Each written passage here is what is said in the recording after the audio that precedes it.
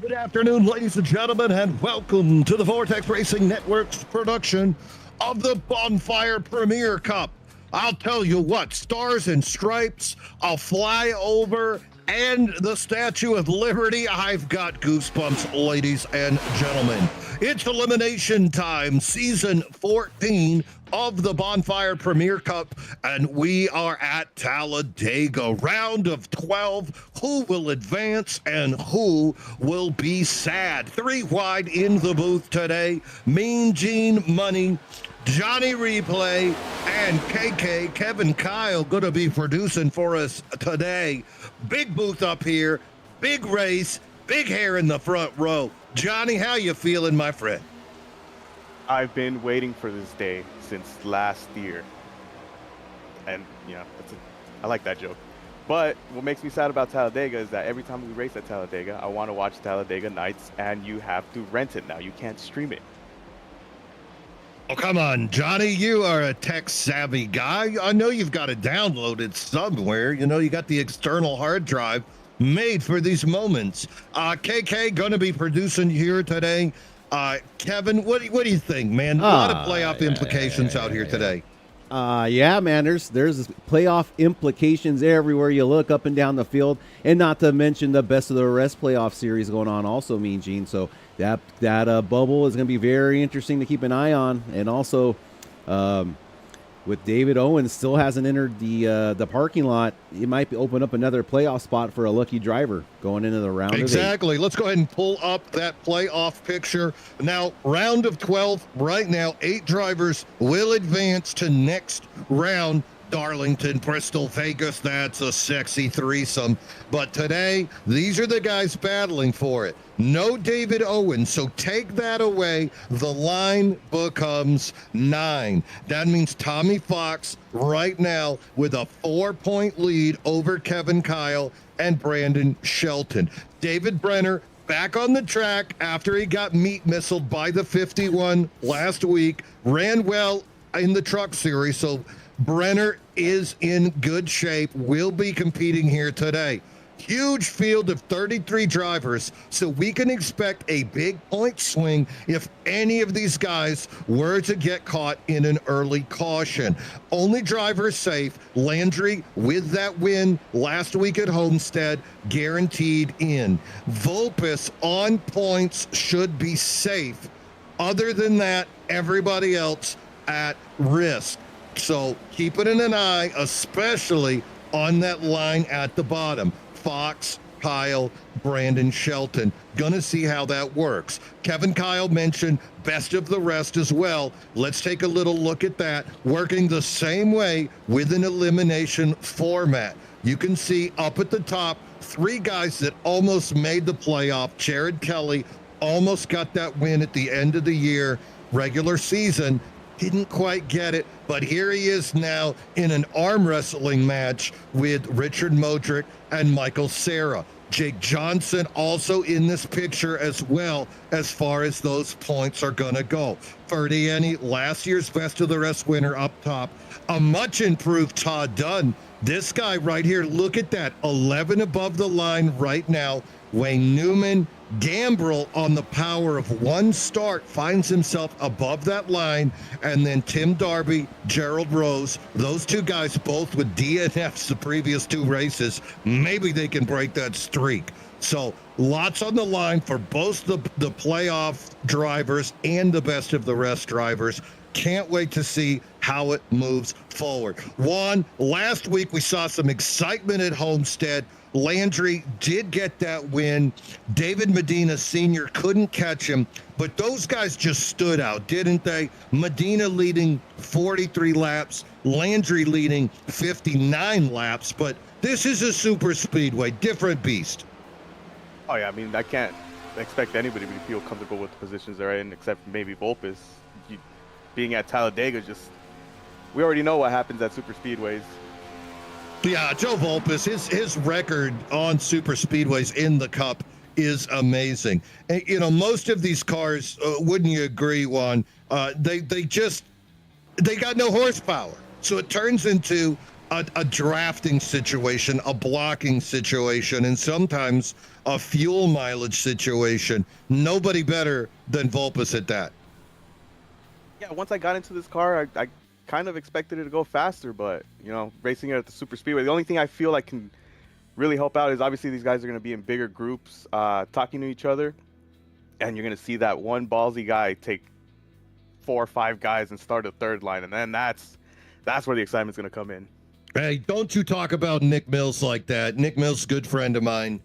So well, I don't know what you're thinking there. All right, so practice results. You can see this is not indicative of how fast they're going to go in the race. Lots of other things to factor in as well. Green flag pit stops, that's really where you can lose or gain time. But just out on the track, Marc Dumont right now, fastest guy with that 49.43. And Mark has his teammate Richard Leclerc out there with him, so good to see those two guys together. Kevin Kyle needing a great day, that Fulcum driver putting up good speeds. Jason Landry, that's who you're looking at right now, that 56 ignition point driver making his way around as well. Team's gonna be at a premium, you know, Johnny, that's just something that you just mentioned. So somebody like Ignition Point with 5 drivers in that Discord, big advantage.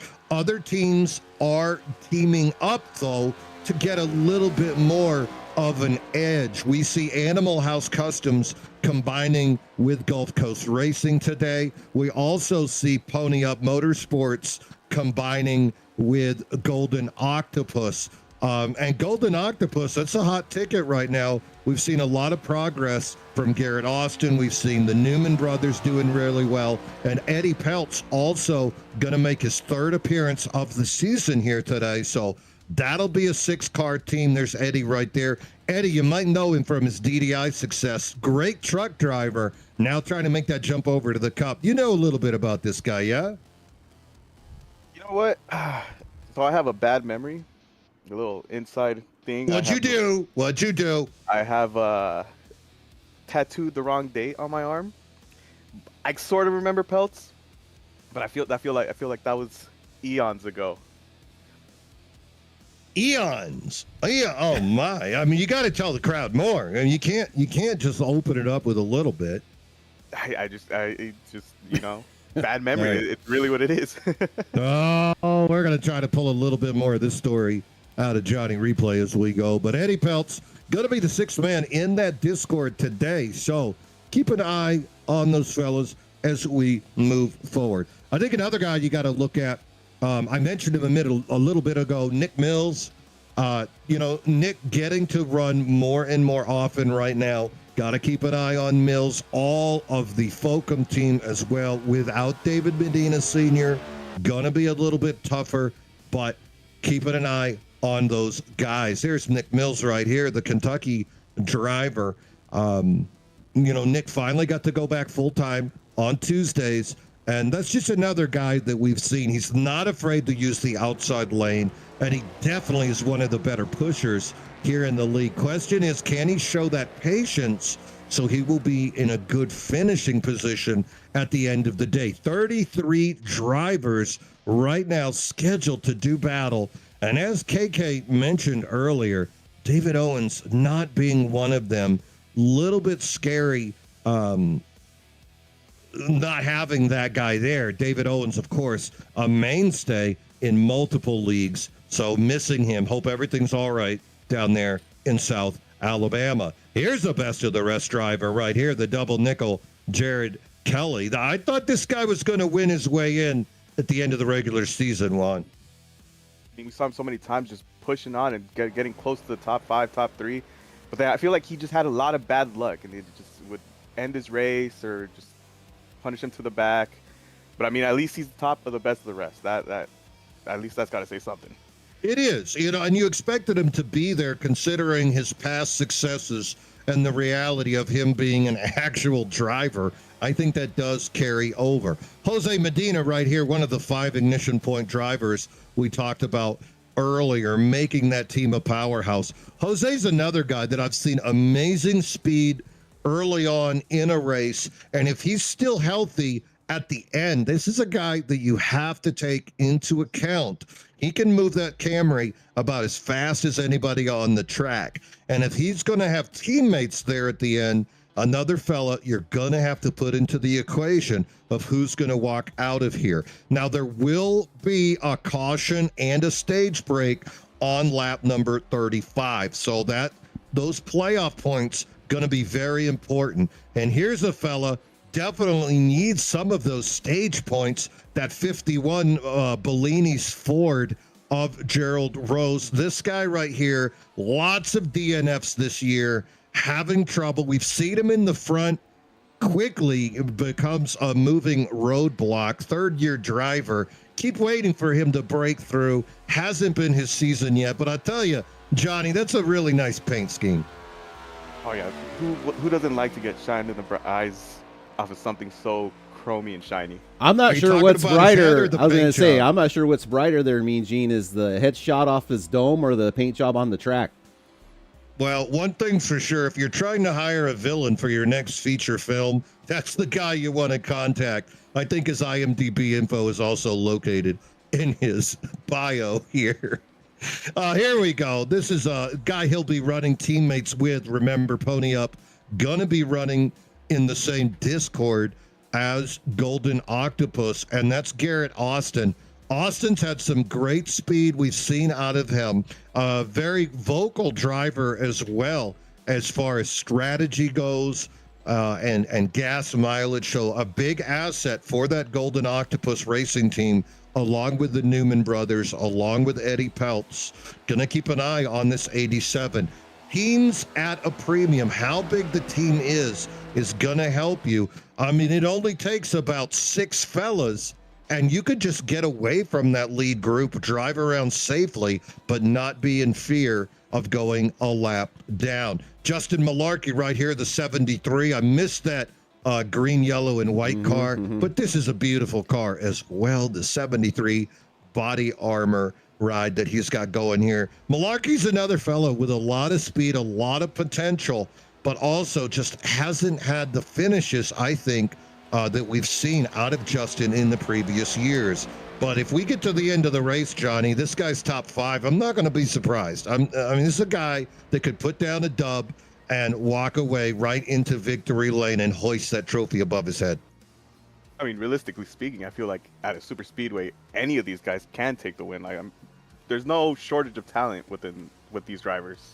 Yeah, very lucky here at Bonfire Premier League and across all the boards on the Vortex Racing Network. We have been blessed with some amazing talent. You're watching qualifying for the Plus EV Paints 267. Of course, today's race being sponsored by Paul Ferdiani and Plus EV Paints. Big sponsor over in the Big Trucking Tuesday League. Now stepping up to the plate to bring a little bit more support to the Bonfire Racing League here, sponsoring this elimination race at Talladega. Plus EV Paint 267. Paul Ferdiani, thank you so much. Right now, of course, guys doing battle on the track, figuring out who is going to be at the top, who is going to take home that whole award. And looking at the tower there, looks like the 54 of Medina looking really sexy up at the top. The 34 of Evan Stewart. Stewart's another guy. You know, this guy's got 2 top 3s in the last 2 races, Johnny. That's saying something. You know what? I was looking at the paint on his car, and it says, was it Fisher Speed? Yeah, that's right. And I've heard of Jordan Fisher. He's on the Monday league, right? Yeah. Yeah, I've heard he's building up a super team of racers that he's going to train, and they're okay. Someone said around there that they're going to call themselves the Fishermen. They're okay. Oh, I like that. Jordan, the legend of Jordan Fisher, but his I rating a little too high to come into this league. Looks like qualifying about to wrap up. Up at the top, you can see on that tower board the 56. Also with some great speed out there. And behind them, the 27, the 25. So still waiting a few more minutes. Oh, and look at Duval with his traditional braking job at the end of qualifying. You know, qualifying's about to wrap up when Duvall takes it sideways into the outside wall. At least none of the damage actually translates to the actual race, right? I think his car is talking to us right now. It's running his mouth, and there he goes off to the pits. The Florida man himself, captain of Florida Man Racing, as he's picked up Jake Johnson, Tim Darby, and Todd Dunn for that 4-man team. So expect to see some speed out of Duvall. Duvall, of course, one of our playoff drivers. Got to feel good where he is up top. But again, an early accident could knock out most any of the guys battling from 4th position down.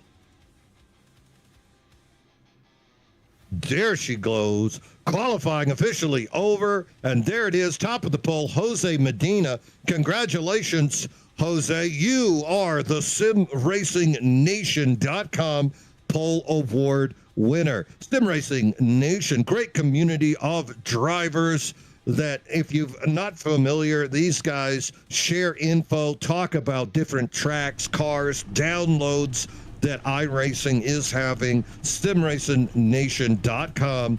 Get on there, check it out. Great opportunity to improve your network and also improve your speed. Congratulations, Jose, as you are our Sim Racing Nation Poll Award winner. Joining Jose on the front row, gonna be Evan Stewart, the Fish Speed driver. 2 top 3s last week, now starting in the 2nd place. Jason Landry, Michael Serra, gonna be on the 2nd row. Serra battling for best of the rest. Landry already into the round of 8.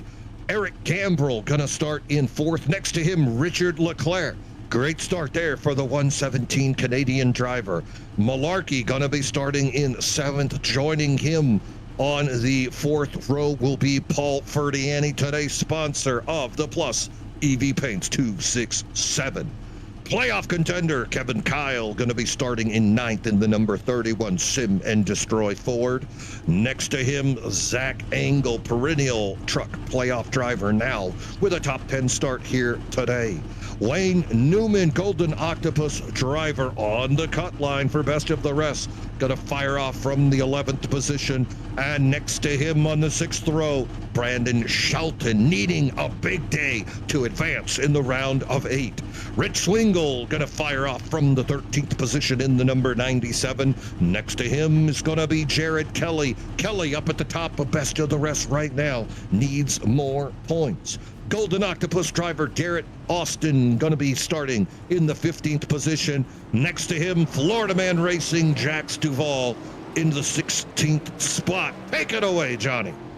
And then 17th, we got Richard Modric, followed by Jake O'Shea in 18th, Ryan Newman in 19th, Ricky Mandela 20th, Edward Peltz in 21st spot, Jaden A. Porter in the 22nd, Joseph Volpes down in the 23rd, David Brenner 24th, Todd Dunn 25th, Jake Johnson 26th, Mark Dumont 27th, Gerald Rose 28th, Tim Darby 29th, Nick, and then these guys did not put a time, Nick Mills in 30th, Kyle Knott 31st, Christopher Smorrow, sorry if I said that wrong, 32nd, and Tommy Fox in the 33rd position. Hey, you nailed that name. Tell you what, you've heard from Johnny, you've heard from Kevin, you've heard from Mean Gene. You know what? I think it's time we might need to hear from America's crew chief, Larry Mack. Good morning, everybody. Larry McReynolds here with NASCAR and Fox. You know, America's crew chief.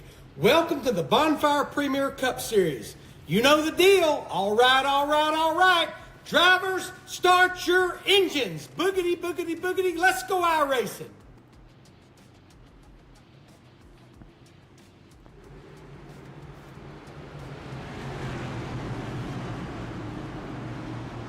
And we are making our way around Talladega. 33 cars poised to do battle. Playoff contention on the line, best of the rest. And you know what? If you're just out there, you want to win, Johnny. You said earlier, so many cars. This is your chance. Talladega, Daytona, hell, Echo Park these days. Really an opportunity to shine for all of these drivers, and that's what we're waiting to see here today. Right now, Medina on the inside in the 54. waiting for the flagman to fire us off here at the Plus EV Paints 267. Making his way around the 54 on the inside, Stewart on the outside. Late little jump there. Away we go, and we're live here at Talladega. Gonna take him into turn number one. That's Jose Medina on the inside, getting that push from his teammate Jason Landry. Outside lane is Stewart and Sarah. Here comes the 117 of Leclerc. Third car on the outside lane. Going down the backstretch, Eric Gambrell pulls the parachute. Looks like the Taco Bell pony up driver says, no, sir. Look at the 34. Make a cut down to the apron, even though the outside lane is on fire. Stewart leading us around 3 and 4. Medina, Landry, and Malarkey, top 4 on the inside lane. Sarah Leclerc on the outside. Good push by Medina, and it's going to be Evan Stewart coming around that tri-oval. The 34 going to lead lap number 1 here at Talladega. I got Talladega so brutal. I mean, you saw Jared Kelly went out to do the third line and just slowed down so much. Yeah, it's amazing what happens if you don't have help. Already, I can see a slight gap forming between the two packs. You've got 8 on the outside trying to make it work. Inside lane, very attractive. Outside lane should be faster based on what we saw in practice, but it's going to take a committed group of drivers to force their way around. Outside lane, right now, you can see Leclerc making it work, getting a very nice push as well from Stewart, I believe.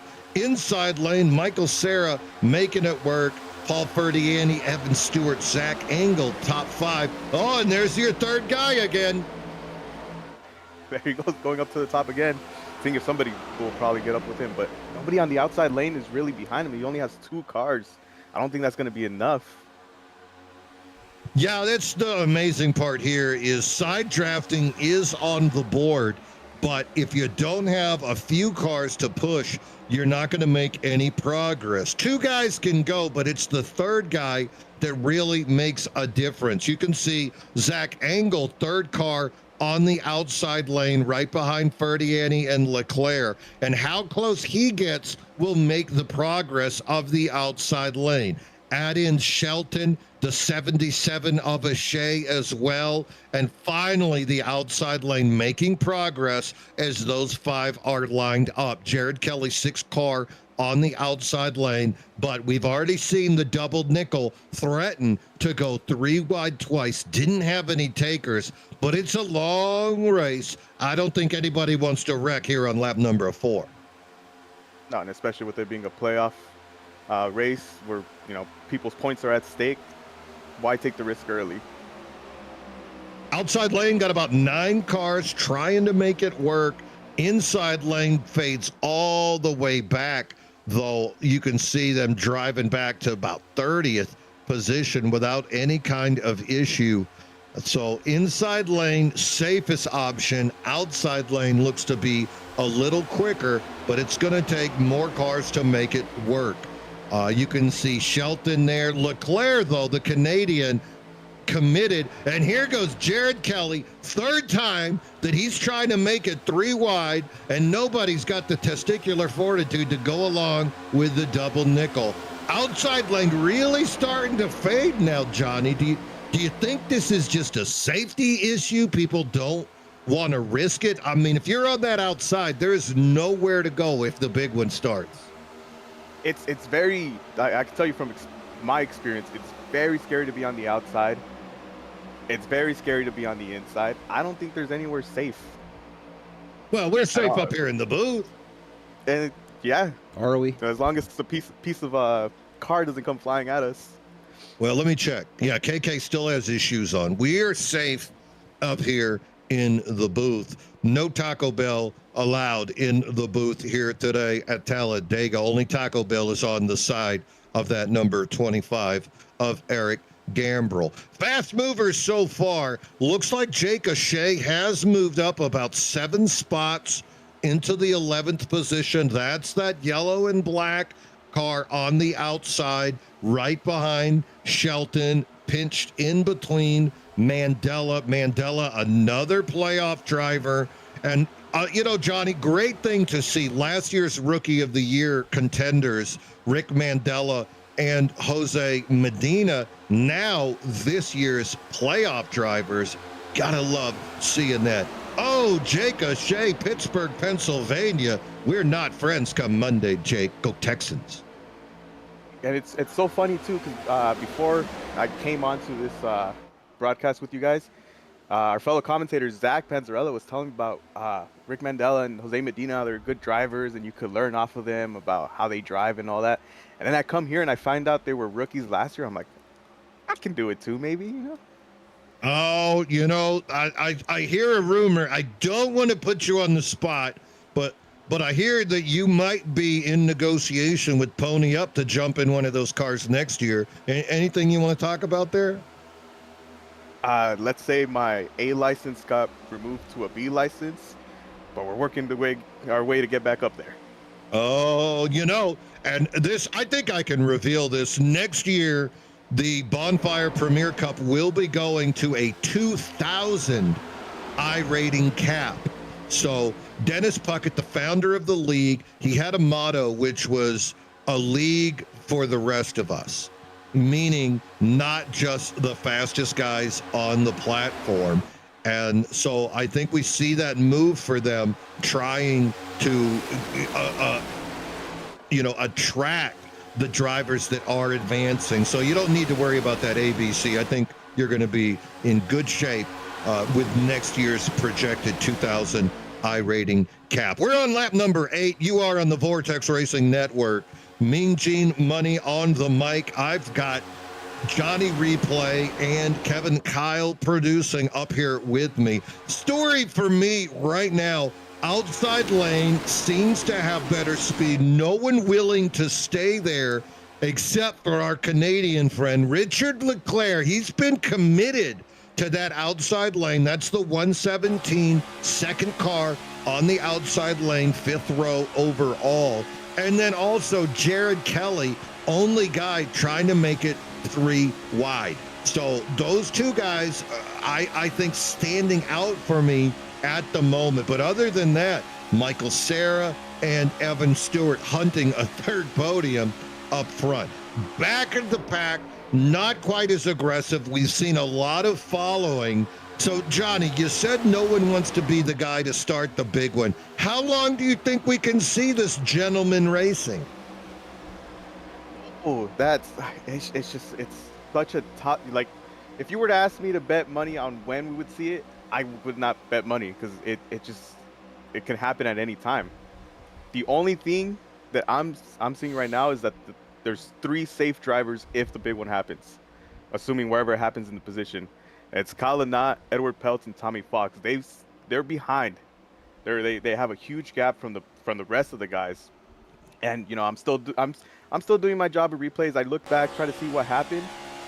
It kind of slowed down. So if the big one were to happen, I feel certain that those 3 guys are going to be safe on the track. Yeah, you can see those 3 guys, slight gap as they have chosen to break away from the pack. Dunn as well should be catching up into that group, but 18 seconds back is Lynott, Peltz, and Fox. And this is not a surprise from Tommy Fox. Tommy is a guy that is plenty content to not get involved with the start, often not qualifying, and yet Tommy Fox is a driver right on that cut line of the playoffs. We've seen that steady progression from the 57 Gulf Coast driver, and his addition to Gulf Coast this year has just made that team that much more powerful. They're missing David Owens, but with the addition of Tommy Fox after Joe Vulpus's exit to Gulf Coast, we haven't seen Gulf Coast lose a beat. Tommy Fox, playoff driver, content right now to be where he is. Not content was Malarkey, Shelton, and O'Shea. They abandoned Richard Leclerc, went around the outside, and the Canadian got pushed back to the 5th car inside row. Right now, you're looking out the rear end of Jax Duvall. Duvall on the wrong side of this now finds himself eaten alive on that top side as the main pack makes their way around. Florida Man Racing going to be the first guy to go a lap down. You can see it here, staying high, good awareness of Duvall, not wanting to get caught up. Here comes Nick Mills. You can see Rose now. Will he let in Duvall? No, he will not. Duvall going to fall all the way to the back. But he's the first guy a lap down. Meanwhile, look at Shelton and Ashea. They dip down under Malarkey. Leclerc becomes the second car on the outside. But this is becoming a theme, Johnny. Use the outside, get ahead of the inside, and dip on down. Yeah, I've always heard that the inside is a lot faster. I feel like it's because of math. The inside is technically a lot shorter than you would have to drive on the outside. But I've always been told and ingrained in my brain, if you're on the outside, get to the inside. If you're on the inside, don't let anybody get inside. Here comes Ignition Point down into the pits. 4 of them, Medina, Kelly, Ferdiani, and Landry. All these guys in chat with each other. Gotta wonder, 5th guy out on that group must not have gotten the memo, or he might have been on that outside lane. And to pit at lap 14, we've said it over and over. You got to pit before the caution, right? I don't know, because now, depending on when they come out, Duval would be the first one to get the lucky dog, right? Oh, look at you. You don't believe these guys can go green. Come on. We've been green all this way. I haven't had to mention Todd Dunn's name once. It's Talladega. Talladega and Daytona, that's when I get my big paychecks. Now, That's look, all I gotta say. This is the one I'm wondering about. Those 4 guys pitted with each other, so at least they'll have that speed. Nick Mills going to come down by himself. I mean, I know Nick is fast, but he ain't fast enough to compensate for needing to be in a draft. So we'll see if Mills will catch up to the rest of the group. But Nick Mills pitting on his own. Ballsy move there by the number 20 Ford of Nick Mills. Group still making their way around. New leader on the track, David Brenner, now finds himself up in the lead, getting that push from Malarkey. There's Shelton, as then Jake Ashea, Sarah closing the gap. Outside lane, Evan Stewart, fish speed driver, making it work.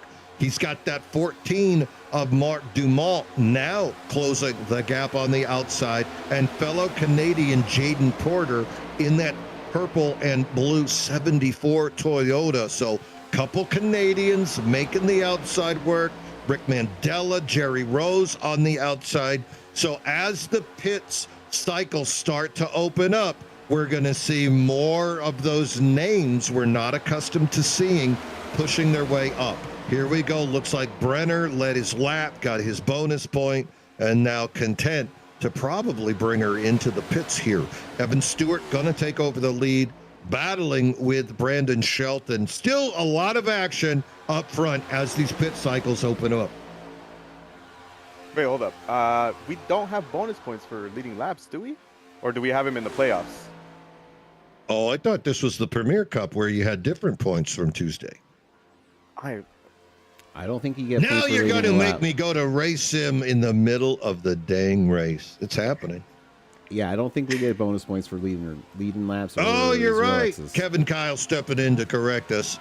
No bonus points, but it felt good. It felt good, and I said his name, and that's worth the point, right? It is. It's a point in our hearts. Looks like right. Jake Johnson. Jake Johnson's the lead car here in this pack, and you got Brenner that dipped back down. He's going to pick up Tim Darby. Tim Darby, sorry for why your paint job's not showing up. Apologize for that. Not sure, but there's a little 3-pack, and then further back you got Kevin Kyle and Chris Smorrell. They joined up. Kevin, I heard, bailed out. Thought this is an unsafe situation, and you still have that group of Todd Dunn now is a 4-car pack. Tommy Fox bringing up, and then Jose Medina and company. That was a 4-car pack. They're going to pick up Nick Mills there. All these cars pitted. So just giving you an update on what's happening on track.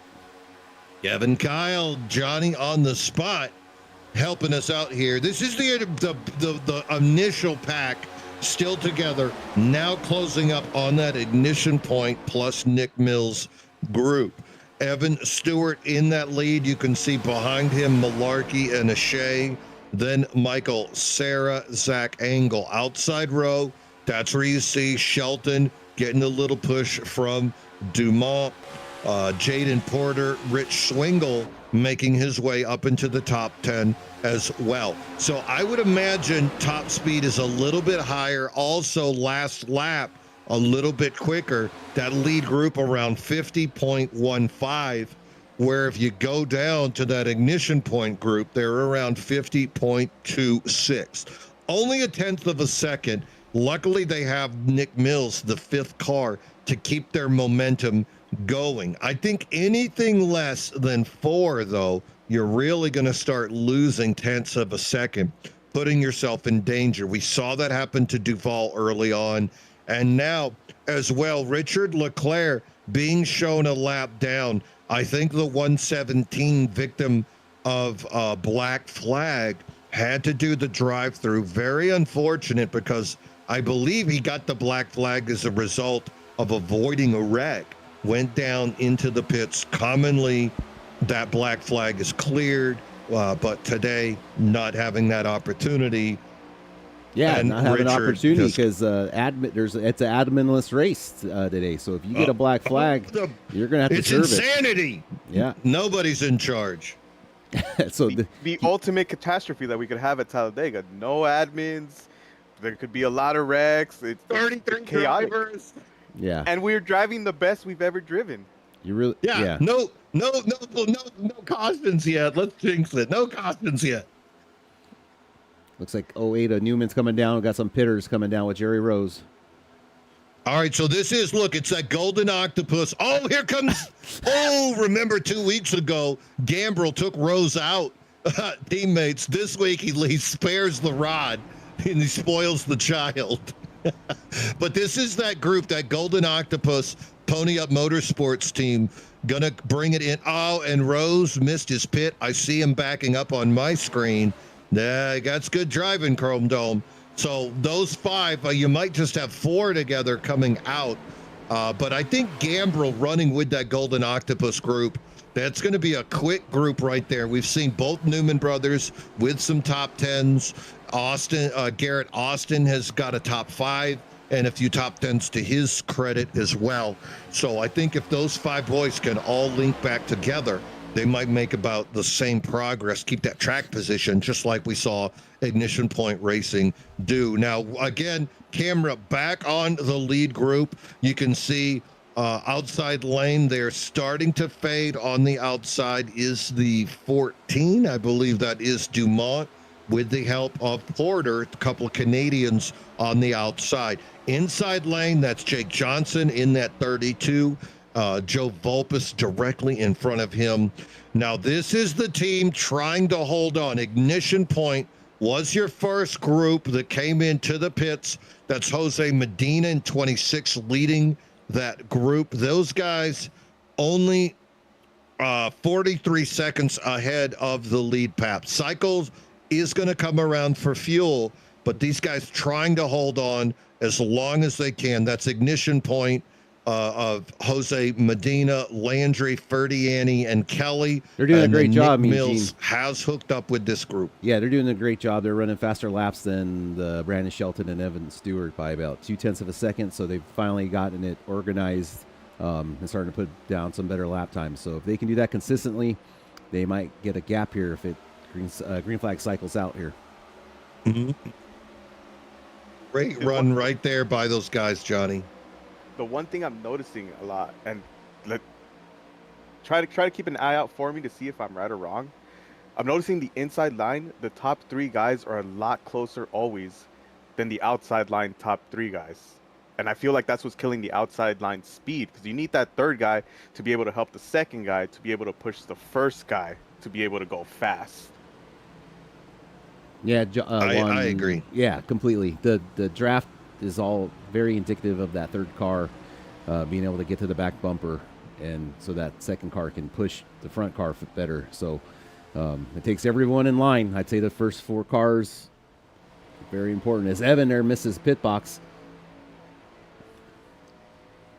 Not good for Stewart. Gonna cost him definitely. Probably gonna lose that group. But, you know, Kevin, the way we've seen so many different people pitting, I think that there'll be multiple groups. Meanwhile, here's Mandela. Didn't want to wait for Rose. Tried to go around the outside. Cost himself a little bit of speed. Now, Rose has come in for gas. Mandela has not. Here comes the number 2 Folcom driver of Brandon Shelton. Behind him here is a Shea, also Folcom. Imagine those two guys talking with each other so that they can maintain the same position. Malarkey a little ahead of them. That's another guy that's sharing the Discord as well. So Folcom not quite as organized at the moment as somebody like an Ignition Point team or that Golden Octopus group that also has Gambrel with them. And as Kevin pointed out, lead group not quite as tight. Johnny made a great point talking about that 3rd and 4th car, how tight they get, costing them just a little bit of time. This right now files around Rich Swingle. This is your lead group: Swingle, Modric, Volpus, Jake Johnson, and I think, what is that? And then Rose and Mandela. So Rose a lap down and Mandela behind them. So this lead group, Rose might be in a good spot for speed. All these cars, though, need to pit, and then they're going to leave the 51 out to dry. If this thing was to stay green, the Ignition Point team is doing a great job. Sub 50-second laps compared to the leaders up here running almost a second and 4/10 slower. So if Ignition Point, if this thing stays green, I think they have the strategy here that will get them to the stage win. So what do you think, KK? You think these guys are just trying to save fuel, stay out as long as they can, hope for a caution at this point? I mean, they could be going faster, and they know they're going to have to pit. What's the advantage of doing this? There's no way to save for 35 laps. So no, exactly. So why are they doing it? I think they think they can push and do a good job. I mean, they should technically be able to go as fast as any other group of 5, but you can just see how Juan was describing them. They're not very organized compared to Ignition Point, where they're definitely putting down the fastest laps right now. So Ignition Point was able to get out of the mess, be with people they trust, and able to execute on their plan, which looks like it's going to turn out great for them if it stays green. Yeah, David Brenner now, that's that 22, going to make his way into that group. Brenner has pitted. So Rose and Brenner in that group. Jake Johnson finally going to bring it in. Mandela yet to pit. But that 22 and that 51 still needing to pit. I imagine once this all rotates around, those two guys will be running by themselves. And then we'll just have to see who Swingle, Volpus, and Mandela end up hooking up with once they come out on their pit cycle. We're on lap number 27 here at Talladega, the Plus EV Paints 267 on the Vortex Racing Network. Lap number 35, we are scheduled to see that pit stop for the stage break. Gotta wonder, maybe those guys are gonna pit. You can see Brenner and Rose taking it up high. So maybe it is time for Swingle, and there it is. Last 3 guys going to make a call. Yeah, it's about time. They're just. All right, so I have a question that I'm hoping you guys could give me some insight for. Do you guys, by any chance, know what these cars are looking at for their fuel runs, for how their tire? Well, I mean, obviously, tire wear seems kind of like it would be minimal, but for fuel at least. 22 laps. If you're the lead car in the draft and you're not lifting at all, you could do about 22 laps. If you're saving further back in the pack, it's possible to get 28 to 29, but you really have to save. So you'd want to be a car that's probably in the back tail line, so you're not getting ran over trying to save. And then anything else, I'd say like 27 if you're mid-pack, 26 trying to stay up in the front.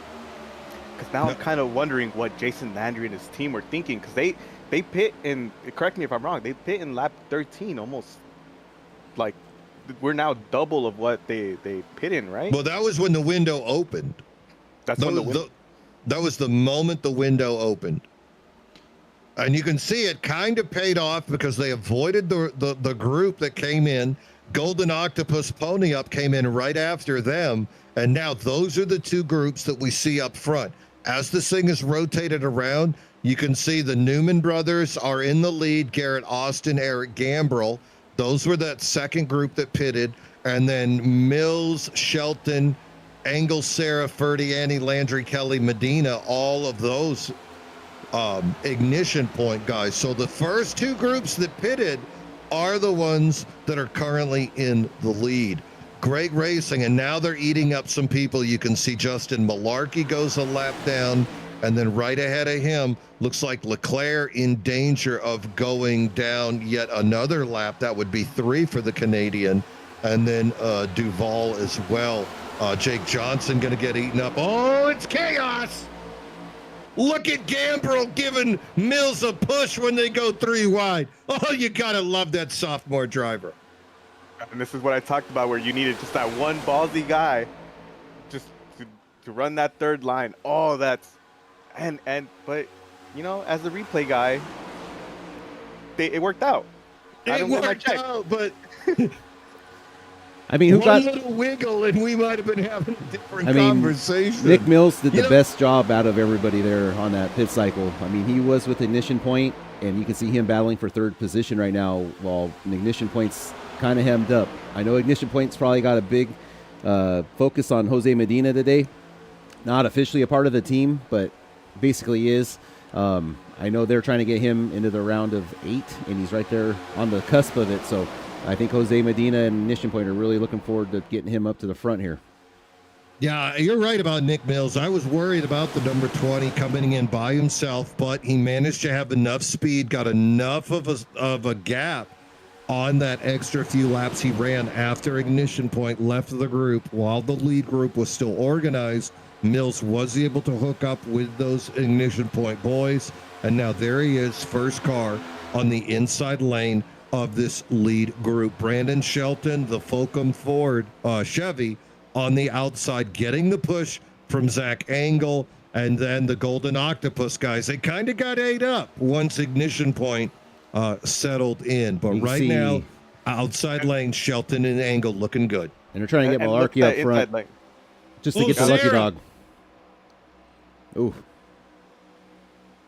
I was gonna say, look, we can see right there, like the inside line is a lot more compact than the second line, the outside line. Unless Landry's trying to go for a third line right now. Yeah, he don't care about those guys. 3 teammates with him. Yeah, they're starting their own line on the outside. They got to get Jose up there for some stage points. Oh, the stage. Just 3 laps to go. We're on lap number 33. 35 is where we're scheduled. So lots of guys trying to get those extra points to make it work. Jake Johnson threatening to go 3 wide. A little bit further back, Stara and Engel stuck in between as well. So lots of juggling as we see the laps counting down. Shelton battling, wants that playoff spot. Remember, Shelton at the bottom of the 12-man playoff driver list. Outside lane, you can see Landry trying to pull his teammates around. Little wall tap. They're going to survive. Car swerving. Ooh, nobody took tires. I know this isn't Daytona. I know this isn't Atlanta, but still, car starts to handle a little bit differently in a group wide open here on lap number 34. Big group still in this lead pocket as we're looking at 12 cars in this group plus a few lappers. Outside lane finally making their move. There goes Shelton. I feel like tires, you don't want to change, even if the wear is not as bad as it is, to come out with cold tires. I think that's what it is. We're not seeing any guys come out with cold tires, so we're not seeing wrecks. Shelton cuts down. Nick Mills is going to T-bone. Nick Mills kicking. A couple more. He's hungry. He's at the Westin Sizzler buffet. But if this thing gets called a caution right there, which it looks like we are under caution, I'm showing Jose Medina scored up to at least second or third place there. That would be big for the Ignition Point. What do you want to call him? A test driver? What do you call that? ignition point trend. What's the guy not getting points for you, but he's in the team? I would consider it the sister's boyfriend, because it's like Okay. he's part of the family, but he's not. Little sister's boyfriend? Yeah, and everybody else is still kind of like, hey, you. Is he the little sister or the boyfriend in this metaphor? I don't know. Well, The thank you to boyfriend. Todd Dunn for this caution once again. We appreciated Todd Dunn. He didn't cause it, but he sure did pay for it. Hey, we finally got to bring Todd Dunn into this thing.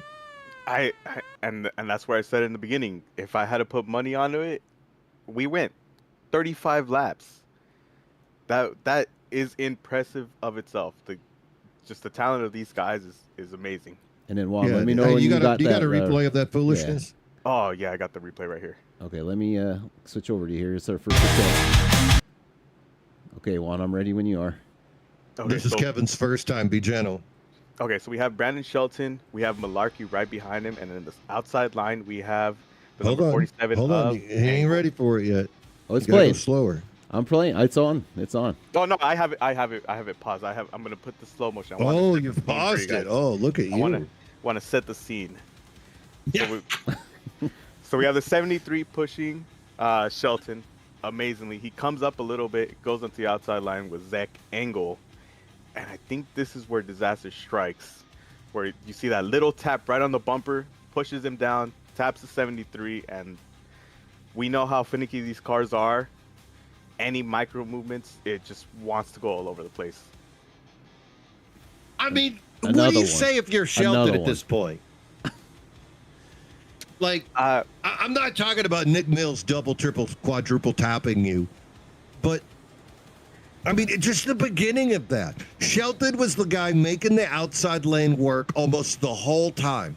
Him and Leclerc were the only guys that were committed. Yeah, ignition point, once it came together at the end, was really making it work. But Shelton was the guy outside lane, top three, whole damn race. What happened, Johnny? Just touched the quarter? Wow. In the bad. It's I don't think it's anything that Brandon Shelton could blame on anybody else. Because, yeah, he went from the inside to the outside lane, but that hit I feel like it was not enough. It's on the exit of that turn, and he got hit in just the right spot, and it happened. It's real It's weird, just though. wrong place, wrong time. Yeah. Wrong place, wrong time, I feel like it is.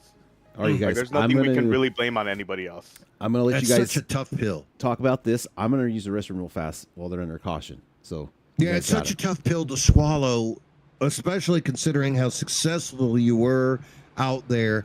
But, you know, Johnny, that's the thing we've talked about before is when can you actually make contact? If you're in the middle, 80% of the front stretch, the back stretch, it's good to go. Front stretch has that tri-oval. You need to be cautious.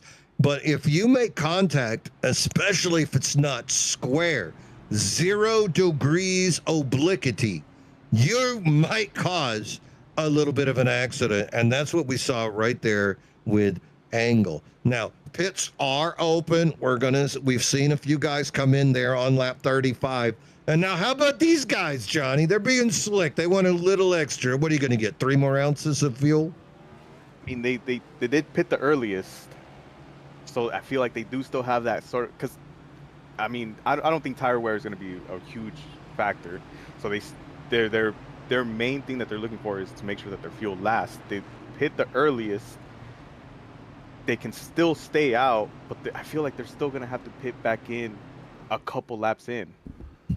If we go by them going and lap 13 would have been 26, but then Kevin Kyle did say that you have about 22 laps if you're in the lead, 27 at the most. You'd be coming in at about, hold up, I'm better math whiz than our fellow take companion your Matt shoes off. Black. 29 if you Take your save shoes like off. the Dickens. It'd be 13, 27, that'd be 30, 40. So they're going to have to come in soon. Well, everybody did come in on 35, except for Jake Johnson. Jake Johnson stayed out so that he could get back on the lead lap. So Jake did came in on 27. So he's 10 laps into this thing, going to be 11 when we go green. So Johnson playing playing the short game, gonna need a little bit of help. Top 24 guys pitted on 35, and then after that, how about Lynott, Gambrill, Peltz, Kelly, Mills? They chose to come in and get a little splash and go, cost them some positions, but as long as you stay with that lead group, that one extra lap of fuel, that that might come to help you down the road, especially if you become a lead car. Yeah, I feel like I'm too rookie to understand. Look at Mills 3 wide even on a caution. Go get him, psycho. That's the kind of spirit we need during these super speedways. Yeah. Nick Mills, number 20, always putting on a good show. Nick finally getting to go full-time in trucks again, so love seeing the 20 out there. Here we go. We're on lap number 37. We're ready to go green. Michael Cera, Zach Engel, front row. Away we go. Michael Cera with a good jump. Not going anywhere, though. It's all of a sudden, look at the outside row. Zach Engel says, I got you figured out.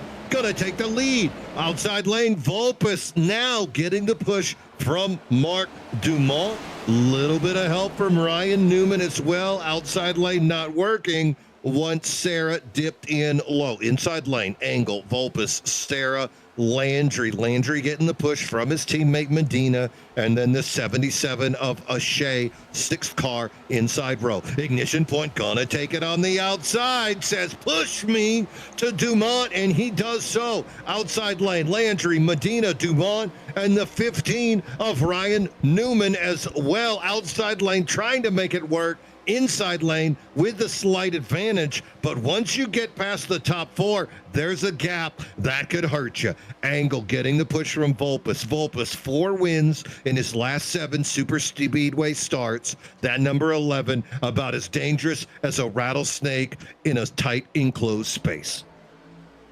It's such a you can see how he got those 4 wins. Look how tight he's keeping it during the turns. Like I'm gonna bring myself up again, but when I do the turns, I back off because I'm scared to hit them, then cause the big one. But to be able to keep that close during those turns and then still get back right up on the bumper on the back stretch, the front stretch, you can tell how experienced he is, at least. This, I think, is a situation when you could actually talk about the rig and the gear that you use. Some of these guys with the better pedals, you can take it down from 100 to an 80 to a 70 to a 60% pressure on the throttle and be fine. When I ran Logitech, I actually would drag brake just a touch to maintain my speed as I had the throttle at 100%. Now that I've moved forward and I'm on the V3 pedals, I'm able to control whether it's at 100 or 90 or 80, and I don't have to drag brake as much, but I do like how that drag braking can balance the car, especially on a shorter track. What about you, Kev? Are you more of a drag brake guy or are you a throttle control guy? It depends. If I'm trying to save fuel, I'll lift here, but if I'm in a hurry, I'll brake. Oh, speaking of lifting, look at that move. Modric ducks to the inside, and it's a good thing he did because he was about to get eaten up by KK and by Brandon Shelton on the outside, still getting that help. Look at this. Kevin Kyle talking about 3 wide. Got his Folcom teammate Shelton with him. Needs the 13 to help out. 13, though, stays low. Come on, get up there. You got to make it happen, Darby. I feel like it's a lot more too when you don't see a driver taking a specific lane to help out somebody. I feel like it's a lot too of nerves. Like I've heard of a lot of times, like I've been in these races myself with different cars and all that stuff, and you hear someone say, hey, I'm sorry I wrecked you because my spotter did not tell me I was there. And that's how those wrecks start, because some guy decides to go help out a line and they clip another guy and the spotter is just super slow, and a lot of spotters get fired that day. Folcom versus we've all Ignition been Point. there. Now here we go. This is a Folcom versus Ignition Point battle. Look at that second lane. Landry, Medina, Ferdiani on the middle. Outside is Kevin Kyle with his teammates, Brandon Shelton and Justin Malarkey. But these guys need help. Finally, looks like that Lynott is going to come up into that. And sure enough, look what happens on the inside. Quickly, they recognize the trouble, start diving down into the inside lane. And just as soon as we talk about Lynott giving help, he kind of bails. So outside lane of 3 wide becomes outside lane of 2 wide. Yeah, and this is what you're talking about, the confidence level of those drivers to go outside and make that happen. Right now, only Folkham brave enough to try to make the outside work. Look at the inside too. This is becoming single file. You want a little bit more after what we saw those first 35. But on the other hand, long race, people doing math. They've got their Texas Instrument calculator out. T86s? They've doing math. Texas Instrument, I have not heard that in a while. But I'm not surprised by Colin or not, because, I mean, we think back to the beginning of the race.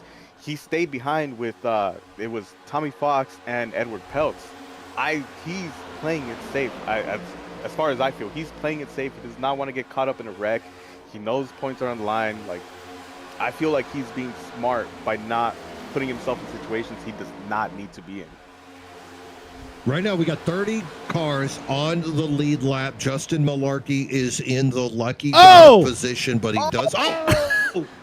Don't go flying. Edward Peltz being safe? I close. think not, Juan Johnny Replay. That did not pay off for old Edward. Holy cow. Oh, no. I think Brenner was along for the ride, but I think he got a little revenge on the 51 after what happened last week. Woo! All right, Juan. You just let me know when you're ready, brother. I have it ready, but I'm trying to analyze this. Yes. He's trying to break it down. Put your shoes back on. Yeah, take your time, buddy. No worries. And then, Okay. hey, me and Gene. Who's this sponsored by again? Oh, look at that. We're going to bring out the second caution of the day. I'll tell you what, Todd Dunn. He might not have caused it, but he sure paid for it. Thank you, Todd. All right, and hey, me, Gene, something else I want to bring up. I think we got our drive for 5 coming up here in February 14th on Valentine's Day. Let me see if I can turn that up. Okay, there it is. Hopefully you guys can all hear me. And yeah, so drive for 500. That's going to be February 14th. It's still a thing. Sorry, I've been super busy with everything else going on, but we'll be getting more promos and more things for that. But I just want to thank out to all the sponsors we have donating for the race prizes. So make sure you scan the link. That'll be a sign-up code that Mr. Jason Landry helped me set up. So thank you to Jason Landry for that. And hopefully we'll see you out there on Valentine's Day. It's going to be in the morning. And we're going to have a Daytona 500 race there with lots of prizes, a big award, big trophy to give out for the winner, stage prizes, and also random prizes given out throughout the race. So we appreciate you guys showing up for that. Scan the link, and we'll see you there on Valentine's Day. Hey, morning is for the boys, and then you can take care of your sweetheart that night. It's a double header of you having a good time and then getting to go out with your loved one that evening. So the drive for 500, come on and join us. You're going to love it. Lots of prizes on the line. We got paint jobs, we got trophies, we got a driving lesson as well that you could get. Plenty of opportunities, and the best part is you get in with a great network of fellas. That race, of course, it's sponsored by Vortex Racing Network with a partnership with Sim and Destroy. Sim and Destroy, new clothing apparel company. All types of You stuff. want to check those guys out. All right, Juan, go ahead, All right. brother. Got it ready. And it goes back to what I've said about these cars. I feel like any micro adjustment to these cars is just, it's essentially a death note. 'Cause look at that tiny tap. What are you doing, Eric? What are you doing, Eric? And it just sends him straight up. Jared Kelly They're gets a magnets. even bigger angle to hit the wall, comes up underneath him, propels him up. We have and liftoff. it just, Oh, my Lord. And That he was a flips. McFlip. and then we have the 22 of Brenner hitting the 55. We Look at have the 51. Oh, you 51. almost made it. we have Jesus. your Gerald Rose. He gets tapped too, comes down. Edward Peltz goes up to avoid Duval. Duval, he's trying to brake, avoid anything else. It's chaotic. Uh-oh. Everywhere. Hey, Johnny, I got it on the replay. 3 playoff races for the 51, 3 DNFs. Way to go. You got to love that kind of consistency out of a driver. You gotta love the spirit of that driver to still come out with DNFs and still want to race. You know what it is I think he's just a better spotter than driver, and he just wants to spot for his team. Going to try to propel that Golden Octopus and Eric Gambrell to another spot. Now, you know who this works out for great? It's going to be Jake Johnson. Jake Johnson pitted on 27 and needed a caution so that he could stay on this lead lap. But he's not pitting again. I don't know what he's thinking here. The Florida Man Racing driver, the 32, he's going to take over the lead here at the EV, the Plus EV Paint 267, but he's going to run out of gas. He last pitted on 27. We're on 46. Duval pits. Do you think he forgot about, like, math? Thermodynamics? It could be a situation of, I feel like finish that sentence. Finish that sentence. It could be wrong math because I've been a victim to it where I've done my math wrong and I've thought that I could stay out, and next thing you know, my spotter's telling me, "Hey, you only got like 3 laps of gas." It might be that. I wonder if he thought he's going to get points for leading a lap. We had that happen before. I've seen that happen before. So Johnson staying out. At this point of the season, if you think you're getting points for running a lap, that's on you. That's on you. That's funny. Got him. That's good. Yeah. Johnny with a spotlight out here on the 32. So Jake Johnson is in the lead, up 25 spots, but last pitted on 27. And according to the Kevin Kyle math, he's only got about 3 laps of fuel left. Then Zach Engel going to be on the front row with him. Jake Shea, Mark Dumont. Great run today by Dumont. The 14 Chevrolet up 23 spots. Got fuel, is on the same strategy as all the leaders. Joe Vulpes up there, Wayne Newman in 6th, Landry with his teammate Jose Medina. There's Evan Stewart, Michael Serra, Kyle Lynott, Kevin Kyle, lots of familiar names. All those guys last pitting on 45. Now, some did come down for that splash and go on 46. Garrett Austin came down for a little bit. Swingle, Gambrell, Peltz, Nick Mills. 27 cars on the lead lap. Duval, Kelly, Leclerc, all laps down, still out there. Rose, Brenner, Darby, all victims of that last wreck. So they're out. But 26 on the lead lap. 27. I'm sorry, Nick. Nick just caught up. 27 on the lead lap. Pace car is off. Jake Johnson on the inside.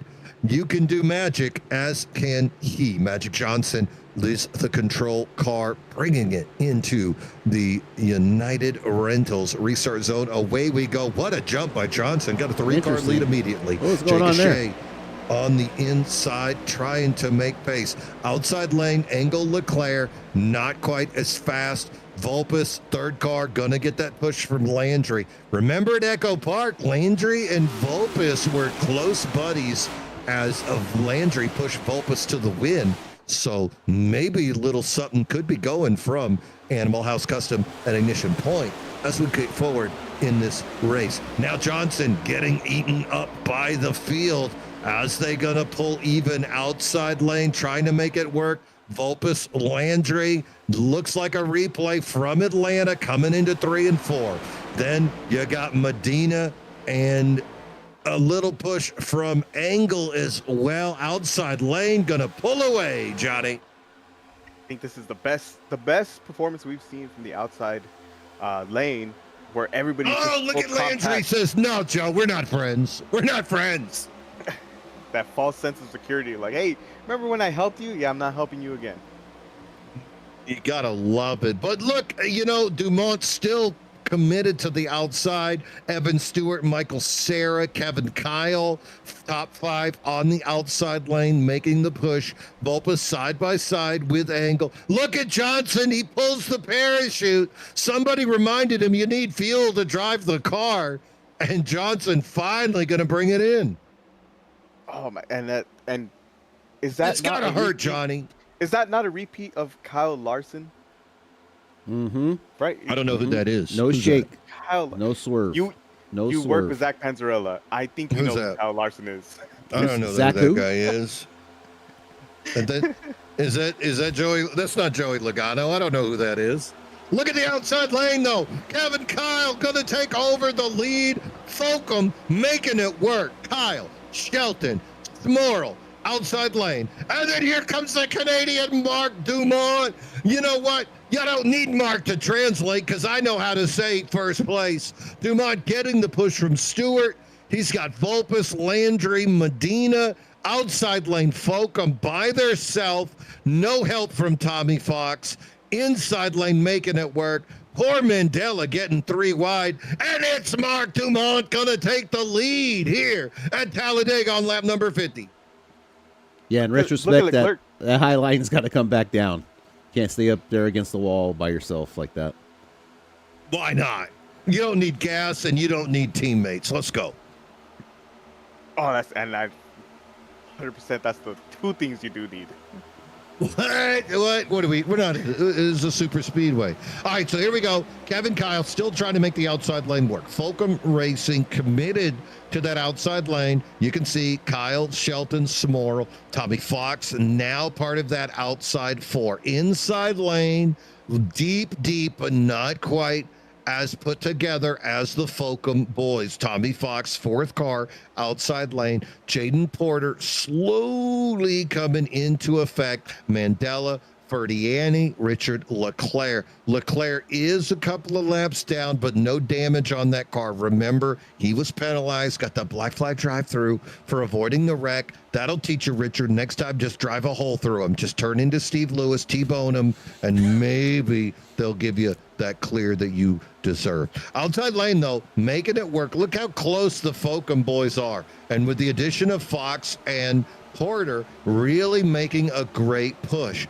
Inside, you can see right there, side by side, Kyle with Landry, but now finally making that progress forward. Outside lane does seem to be a tad bit quicker, but you gotta have the third guy, Smorrell being that third guy, giving them that momentum. They're all the way to the third row. Now, Stewart making a great push. Remember, that 34 is Stewart. He's part of that Fish Speed Consortium. Those guys run more laps than anybody out here, and they share that data. So Fish Speed, definitely a huge font of knowledge for strategy, for tire usage, for fuel, and also that ability to run. But Folkham, in that chat, these boys have been together for a long time. Look at Johnny. Look how close Smorrell gets. And that's not danger. That is just expertise. The only thing I'm worried about now at this point of the race is because every single little incident may count towards your total incident points. I don't want to see anybody get disqualified from this race. I've seen it. They raised it up today with Johnny Replay. Oh, they raised it up I think today? it's Oh, okay, 36. I think it's 36 today. Because I do little flash to the past, but You're right. I remember seeing a race, and I think I was commentating with Zach Panzarella, and someone got disqualified during the race, and it was at a super speedway. That's what I was hoping not to see, but now hearing that the little incident points got raised up, it's a little relief to me. Yeah, you hate to see people taken out by those issues, but it does occur. Kyle Lynott looking around the outside, can't get any help from Todd Dunn, falls back into line, outside lane, now drawing even with the inside. Folkham making it work out there. Finally, Kevin Kyle does draw even with Mark Dumont on the inside. Dumont still getting the push from Stewart and Vulpes, and then the ignition point boys. This really has become fascinating, Johnny, as you've seen the commitment of Folkham to run together, and then on the inside, you've just seen a medley of guys and then ignition point. This would be beautiful if we could see that Fulcum versus Ignition Point battle. We've seen it in the past. It's always been led by David Medina Sr. No David Medina here today, but instead Kevin Kyle picking up that mantle, leading on the outside lane. Great racing here at Talladega. You're watching the Plus EV Paints 267 live on the Vortex Racing Network. We're on lap 55. This is the Bonfire Premier Cup elimination round of 12. And now let's go 3 wide, boys. Yeah, miscommunication there on Team Fulcum. Brandon took his run, and now Tommy Fox is going to get in front of and break up that little team here, and now it's just crap all over the place here. Oh, and Kyle Lynott on the outside, 3 wide. Lynott with Landry and somebody else that I can't see, but you know what? Good luck down there, Justin Malarkey. The 117 of Richard Leclerc. Lynott fading back, doesn't have any help until he finds the 72 of Todd Dunn. Hey, Todd, I called your name when it wasn't a caution. Let's go, brother. Inside lane, still making it work, though, as those Ignition Point boys with a little bit of help from Rick Mandella. Tommy Fox now lead car on the outside lane, but he's 8 row back, trying to close that gap. Up front, Shelton and Smorl Fulcum taking the lead, now running the inside. Behind them, Dumont and Stewart, who they were battling with before. Now they're buddies. And then Joe Volpus on the outside would love a little bit of help. But look how spread apart we got just on that little mistake. And looks like we're off pace. Yeah, looks like we're off pace. I'm seeing a little bit of smoke on the exit of 2. Give me 1 minute, and I'll try to figure out what happened there. All right, Johnny Replay turning into Inspector Clouseau. Gonna get a caution here. And honestly, this was the best thing that could have happened because Jake Johnson and it was Jared Kelly, I believe. They were getting caught up by the lead pack real quick. They were about to get another lap down. That's the best thing that could have happened to them. Let me find out what happened. And I'll let you know. Yeah, no worries. Yeah, you're watching the Plus EV Paint 267. Thank you so much, Paul, for your sponsorship of today's race here on the Vortex Racing Network. This is the round of 12 elimination race. So much on the line, not just for the playoff 12, but also for the best of the rest drivers, as we've seen such an amazing battle between Modric and Kelly, Michael Sara as well. Remember, Sara was one of the guys that could have been Rookie of the Year last year. Outside commitments slowed the advance of the number 27, but this year able to run full-time, putting him right into the middle of that best of the rest battle. On track, though, we're paying attention. Shelton still being shown as the leader. And now you got to wonder about pit strategy, because these cars can go 22 to 27 laps depending on your position. They last pitted on lap 45, only 13 laps into this run. What do you think, KK? Do you just take gas whenever there's a caution and do the math after the fact? Or, I mean, track position is not as vital as long as you're in that lead group here at a super speedway. Am I wrong? Yeah, the fuel's more important, because if you do get a green flag stop, it's going to pay dividends. So you really can't mess around and not take the fuel, because each time there is a pit stop like this right now, if you're able to save more fuel than the guy in front of you, you're going to leapfrog him here in the pit lane. So that's why it's super important at all times to be trying to save fuel so you can get in and out of this pit stop as fast as you can, because that's how you're going to pick up the track position. Unless you're way back there and you're like, hey, I got nothing to lose, there's going to be another caution, stay out, and gain a big chunk that way. So looks like Landry misses his thought there. Stewart's out first. Yeah, he did. Oh, I got that ready. Okay, here we go. We're going on towards Johnny Replay. And it's kind of like a, I don't know how to explain it, but just let's put it in slow-mo. So you can see the 117, he starts coming up a little bit, and the 97, from his point of view, he probably thinks that he's going to go make a third line. So they both kind of stay in that second lane, and they both end up touching right there. So that's where the 117 hits 97, brings him down, hits Eric Amber in the 25, and it just Oh, 97 comes back up, hits the 27 Oh, of huge shot. Sarah. 72, Todd Dunn gets hit. oh, not Todd It's- Dunn. It's not the big one. I feel like we still haven't seen the big one, but it's yeah, it's still a pretty hard hit to at least 4 drivers right there. Juan, can you rewind that and give me TV1 or TV2? I can try my best. I have new camera controls, so give me a second. You guys are gonna see the ugly UI of this. All right, and then just play it forward for me, buddy. Let's see it. Let's take a look at it in real time or slow time. This is fine. I just wanted to see it happen there. Okay. Yeah, Eric had nowhere to go. He's usually got something covered in his eyes where he can't see on track, but this one is not his fault. And then, the 20 comes back up the track, just nails. Oh, poor Sarah. 72 has nowhere to go. Edward Peltz misses another one. So good job there by everybody. So way to end their race. Remember, no fast repairs here on the Bonfire Racing League here in Monday mornings.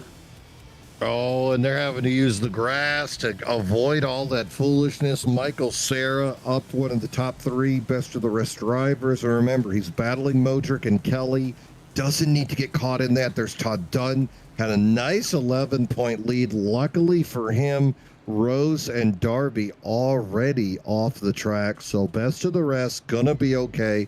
I think we're gonna see them advance, but as far as that overall battle, they're gonna have an uphill climb to try to catch somebody like Jared Kelly, who's still a lap down.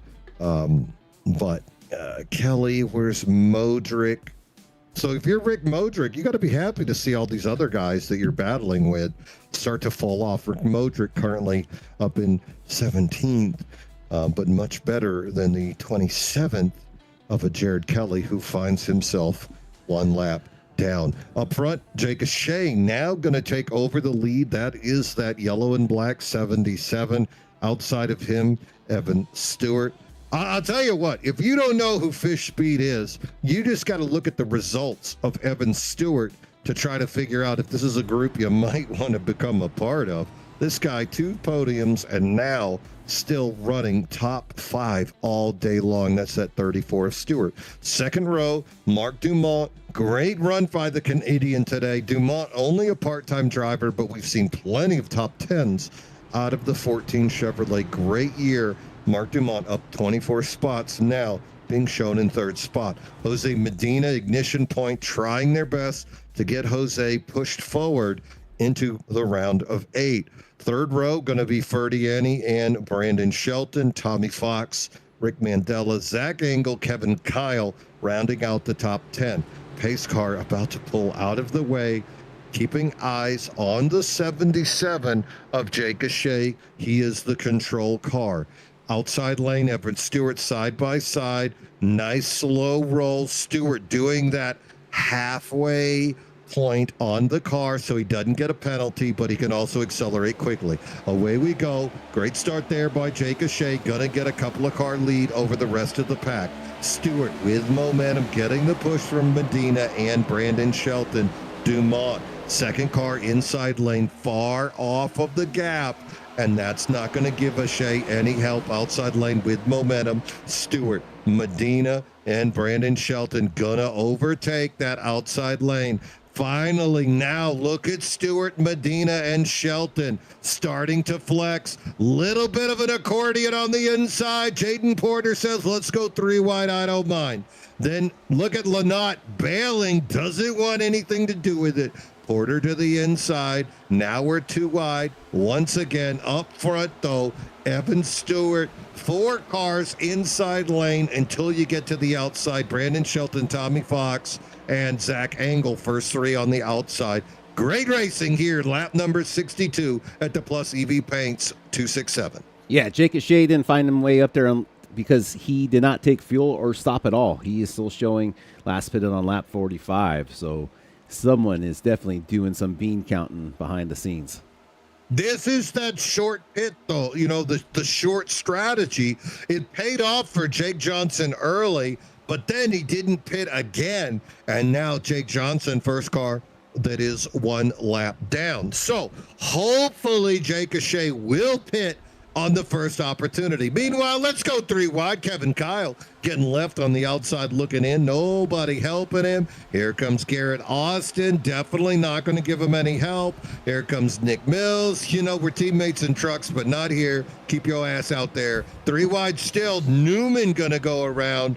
Finally, here comes Gambrill. That boy, he's wearing blinders. You ain't getting in there, Kevin. Mm-hmm. And now Kevin can finally find his way in. You don't want to be on the outside looking in 3 wide here in the Cups at Talladega. No. Kevin's going to lose a lot of track position there trying to make something happen. That's just a battle that all drivers have, is just trying to be patient. At the same time, you want to go out there and race and have fun. And but yeah, it's the time to be aggressive because this thing could go green. There might be some drivers doing some math right now. I think you can one-stop this to the end if it was to go green. It would be real tight, though. I mean, if you're looking at math, if there's like a guy that you could look at and be like, math. Okay, I'm going to look at this guy and I'm going to match his strategy, it's got to be a Joe Volpes. This is a fella I've seen win so many super speedways just because his ability to manipulate the draft and block. And we see him there. He's second on that outside lane right now. But also, we've seen him take those gas strategy races against really fast guys, Kevin. We've seen him beat Jordan Fisher. We've seen him beat Applegate. We've seen him beat Colin Bollinger. All those guys are just lights out fast, but Joe manages to do the math and come out on top with the fuel mileage. So if I'm thinking I'm going to get cute, okay, might get cute, might go out later, I'm looking at Joe Volpes as a fella to help me figure that out. Yeah, definitely. Joe's a mastermind on numbers, and that is why his main profession is an accountant. So if anyone's going to be good at numbers and calculating what's going on, it's someone to keep an eye out is definitely Joe. And Joe's had a really good string of races lately. Won the championship in trucks and just been real strong lately. So keep an eye on old Joe there. But yeah, definitely strategy-wise, someone to keep an eye on during a race. But let me ask you this, though. If you take away a David Owens, because Owens didn't make the race today, so he's out of the playoff picture. If you took away a David Medina, because David Medina is moving and he's unavailable, he's inactive, that puts a lot of pressure on Joe Volpes to go after Jason Landry. Do you think that would affect your driving if all of a sudden half the league is looking at you as to be the person that can take down the defending champ? Or do you think Joe's got that ice water in his veins? Because that's a real thing. As I look at the points, it could almost become a Volpes versus Landry situation. No, I think Joe's too calm and collective for that, to let that get in his way. And especially here, it's like you're going to get a bonus point for winning the race or a stage win. So that's the only thing that's going to help you eat away at Landry's, eat away at that. But as long as you can get into the Final Four, it's all that matters. And I think Joe knows that's the big picture, and he's going to do everything he can to stay in that spot. Ooh, meanwhile, a little bit of movement. You can see Shea got a little loose on the inside, came up, gave a little bit of nerves to his teammate, Kevin Kyle. Momentum still continuing. That car on the way outside, that's Duval. Duval is a lap down. Eddie Peltz in the middle with Duval, trying to make his way around. A little bit of damage to that number 7 Golden Octopus Chevrolet, but still staying in that lead group. Calm down a little bit here now with Volpes and Lynott, former teammates, now rivals, running that inside lane, outside lane. Nick Mills coming strong on Shelton. Those two hook up, and look at the speed of Nick Mills. Got Wayne Newman behind them. Then Justin Malarkey. So outside lane again, Johnny, outside lane looking really strong whenever they can dial it up. Do you think this is what we're going to see at the end of the race? I really hope so, because I feel like their main thing on the outside line is just they've not been able to keep a straight line with everybody else. I mean, if we look at it right now, the fifth one back, who is that right there? Is that the 117? Leclerc. 117, he's kind of like going side to side a little bit more. But if they were able to keep that line straight and help out Shelton, they'd be able to be the faster line than the inside line right now. Because look at the gap between the inside line. Yeah, I'm so happy to see Brandon back up there. You know, Brandon did get caught up in a little bit of foolishness early on, and now, though, managed to keep his car in good repair. And now Shelton getting that push on the outside from Nick Mills. Wayne Newman up there as well, giving a little push. Inside lane has a bit of a checkup. Outside lane continuing to push through strong. Joe Volpus, though, 4 wins, his last 7 cup starts on super speedways. Gonna be a tough nut to crack. Kyle Lynott, he's not afraid to push you in the middle of the turn. Oh, my. Nick Mills says, let's go 3 wide. Brandon Shelton says, come on, bud, let's keep it on the reality. Yeah, the two and Brandon and Kyle out there got door to door a little bit, caused a little bit of checkup. Yeah, that's always fascinating. And then you got to wonder which Nick Mills is behind the wheel. You know, is it a kindler, gentler Nick Mills, or is it Psycho Mills, who we've seen be a champion over in the series? Oh, we're loose. That's not good. What are you doing, Newman? Oh, he's got Porter with him. Oh no, Leclerc and the Jose Medina. Look at that's Gambrel says I don't need brakes. Leclerc's still going, still wrecking. Oh no! Oh my word! Both Canadians. You can see Dumont right there. That was Leclerc below him. We're going to get a caution here on lap number 70. And you know what happens when we get a caution? We get that great Kevin Kyle graphic. Hey, he didn't cause it, but he paid for it. Thank you, Todd. Todd Dunn bringing us sponsors all year long for our cautions. Ooh, that was some insanity. I don't know. I saw Ryan Newman get caught up in that. Newman was on the outside. And now the field a little bit disjointed, trying to break up. Looks like Jose Medina might have taken some damage as well. 54 Toyota not needing that in his quest to advance to the next round. Lot of activity out there. And then Jose, let me know when you're ready, buddy. I got it ready. Or Juan. Sorry, I was talking about Jose. Yeah. I got my eyes on Juan. It's the same Mexican name. I know. All right, here we go. A lot of J's in this. It's G. All right, here we go. All right, go for it, Juan. So I'm gonna put it in slow mo again because a lot happens. Who are we looking at? What's happening? We're looking at Kyle Lynott. He comes up, taps Wayne Newman, Yep. Newman, and then it just spirals him out of control. Hits the 117, comes back down, hits the 74. Let's see, and it's not that bad. Where's the 117? 117 comes down, hits the 54 of Medina, and it's chaotic. Look at Peltz on the outside. 14. Keeps it gunned. I'm out of here. Right there too, you can barely see it. Medina kind of taps the wall, trying to avoid the 117 and the 14 colliding. Yeah, and the right front of Medina is broke. I'm gonna go to it real quick. You see going up pit road. You see that right front is not moving. Why isn't that at wheel all. turning? Isn't that wheel supposed to turn? Okay. Yeah, but we're gonna go back to you. Trying to play. And here's the 32. 32 got caught up in it too. Let's see where it's at. So the Look at Eddie Peltz on the outside. Just keeps it open. So Wayne Newman came back down. 32 tried to avoid it, ended up hitting the wall. And you can see right there. Let me Give me that rear. Give me that chase cam. Give me that chase cam. Oh, that's that rear chase. Oh. He got hit, taps the wall, and then you can see when his car came back in frame earlier, you can see right here the bouncing that he's getting. So something is damaged on his car, for sure. Look at Landry behind him, like, please, please don't do it.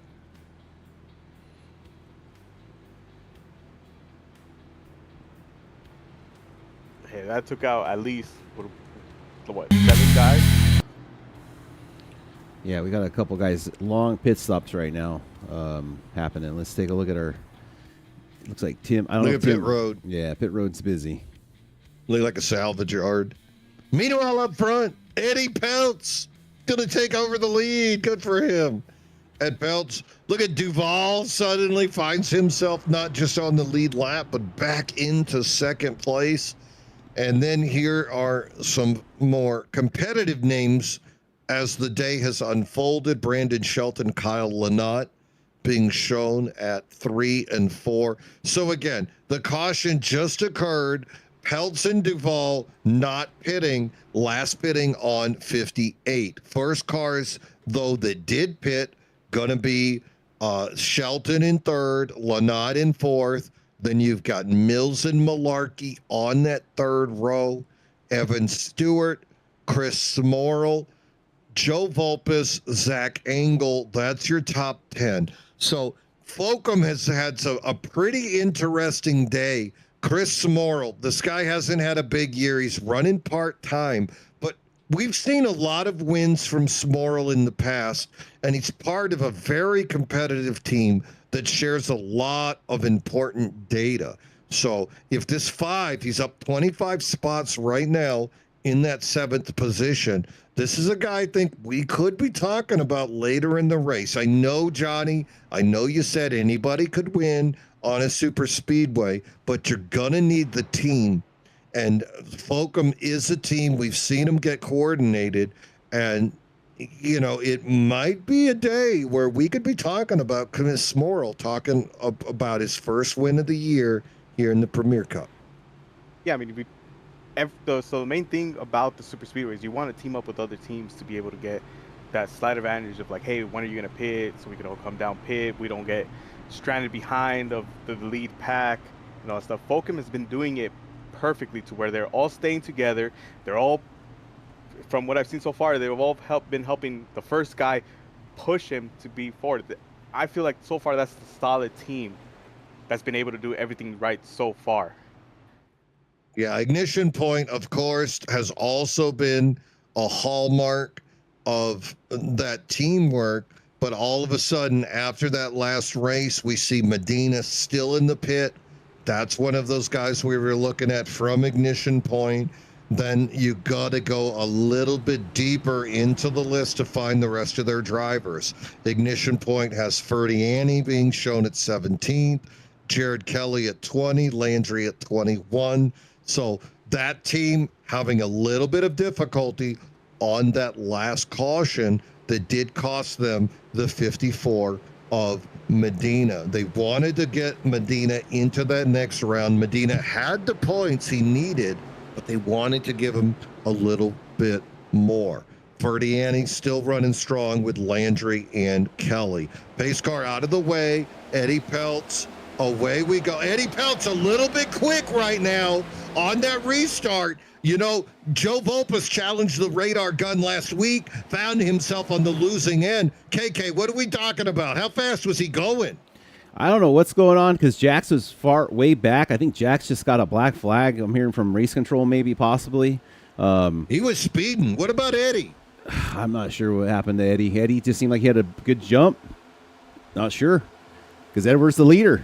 Edward's the lead car. I think Jax might have been asleep. So I think Eddie Peltz also going to get a black flag for speeding a little bit.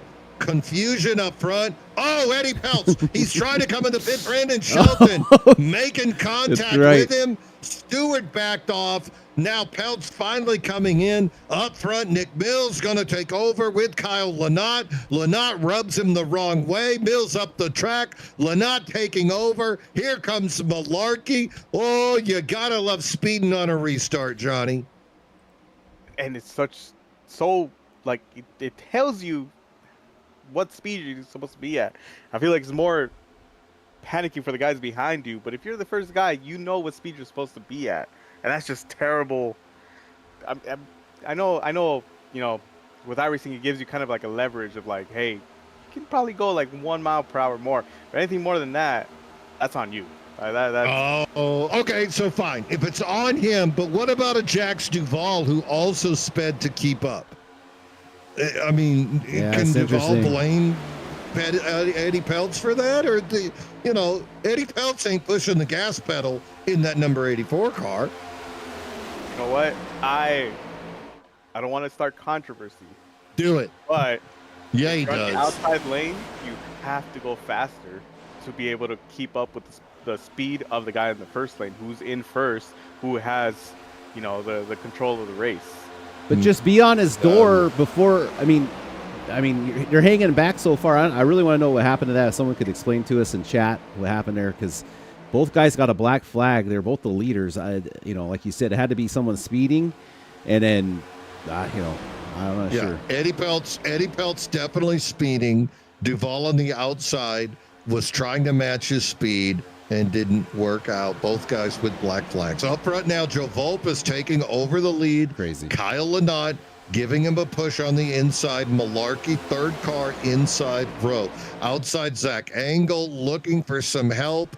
Right now, though, Dumont and Jake Johnson not giving him quite the speed. Johnson is a lap down, but no damage on that 32.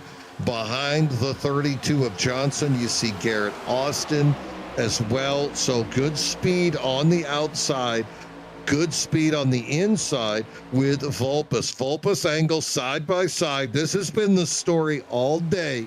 Outside lane faster with help, inside lane safer choice. Okay, and coming in from pit lane, Jose Medina still in pits. Jaden Porter still in pits. Richard Leclerc in pits. Michael Serra is out, but Jerry Rose and Tim Darby still in pit lane. Oh, lots of damage here at Talladega. What we've been accustomed to traditionally for this track.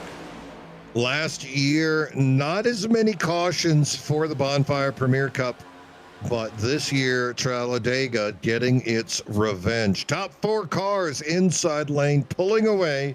Mark Dumont, first car on the outside, needing help from Jake Johnson, not quite getting it yet, as now we see Nick Mills also pulling ahead, and there goes Chris Smorrell as well. Outside lane reduced to 3 cars, inside lane looking strong all the way back to Landry. 20 cars on the lead lap in this lead group, and then 3 lapped cars also part of this action. Yeah, the 14's front end, it looks like a guy hit in the face with a shovel right now, and it's not aero efficient at all on its own on the outside. So Mark doing a great job being an 8th in any point, but yeah, the very damaged front end on that 14 car. Makes you wonder how long Jake O'Shea and Garrett Austin will follow in line. If you start to see that 14 fade just a little bit, you got to know it might be time to make it move. There it is, Johnson following in line behind Smorrell and Nick Mills. There it is, Johnson finally gonna break off. Johnson is a lap down. Now he's going to have to come in for another green flag pit stop. Rough day for the 32 as far as pit strategy goes. Yeah, they're saving right now. That's what single file. We went green with just around 30 laps to go. So it is possible, in my opinion, to stretch it out this long. So you'd have to save an awful lot. And you can see by the times they're running right now, 51.3s compared to their fastest laps or 49.6s. They are definitely saving. So something to keep in mind here is the laps are ticking down. And also that 2-hour time limit for this race might be coming into question as this race prolongs. So something to keep an eye on as we get going further in the race if we were to have some more cautions pop up.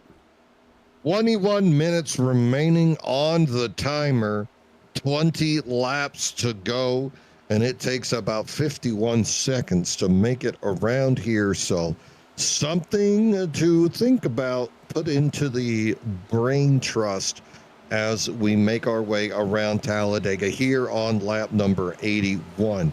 Inside lane, 9 cars deep until you get to that outside lane where you can see a little bit of a push from Tommy Fox and Newman Here comes Garrett Austin and the 71 as well with a head of steam trying to make it work. Evan Stewart now thinking about the outside, as is Eric Gambrell. Outside lane, look at just how fast.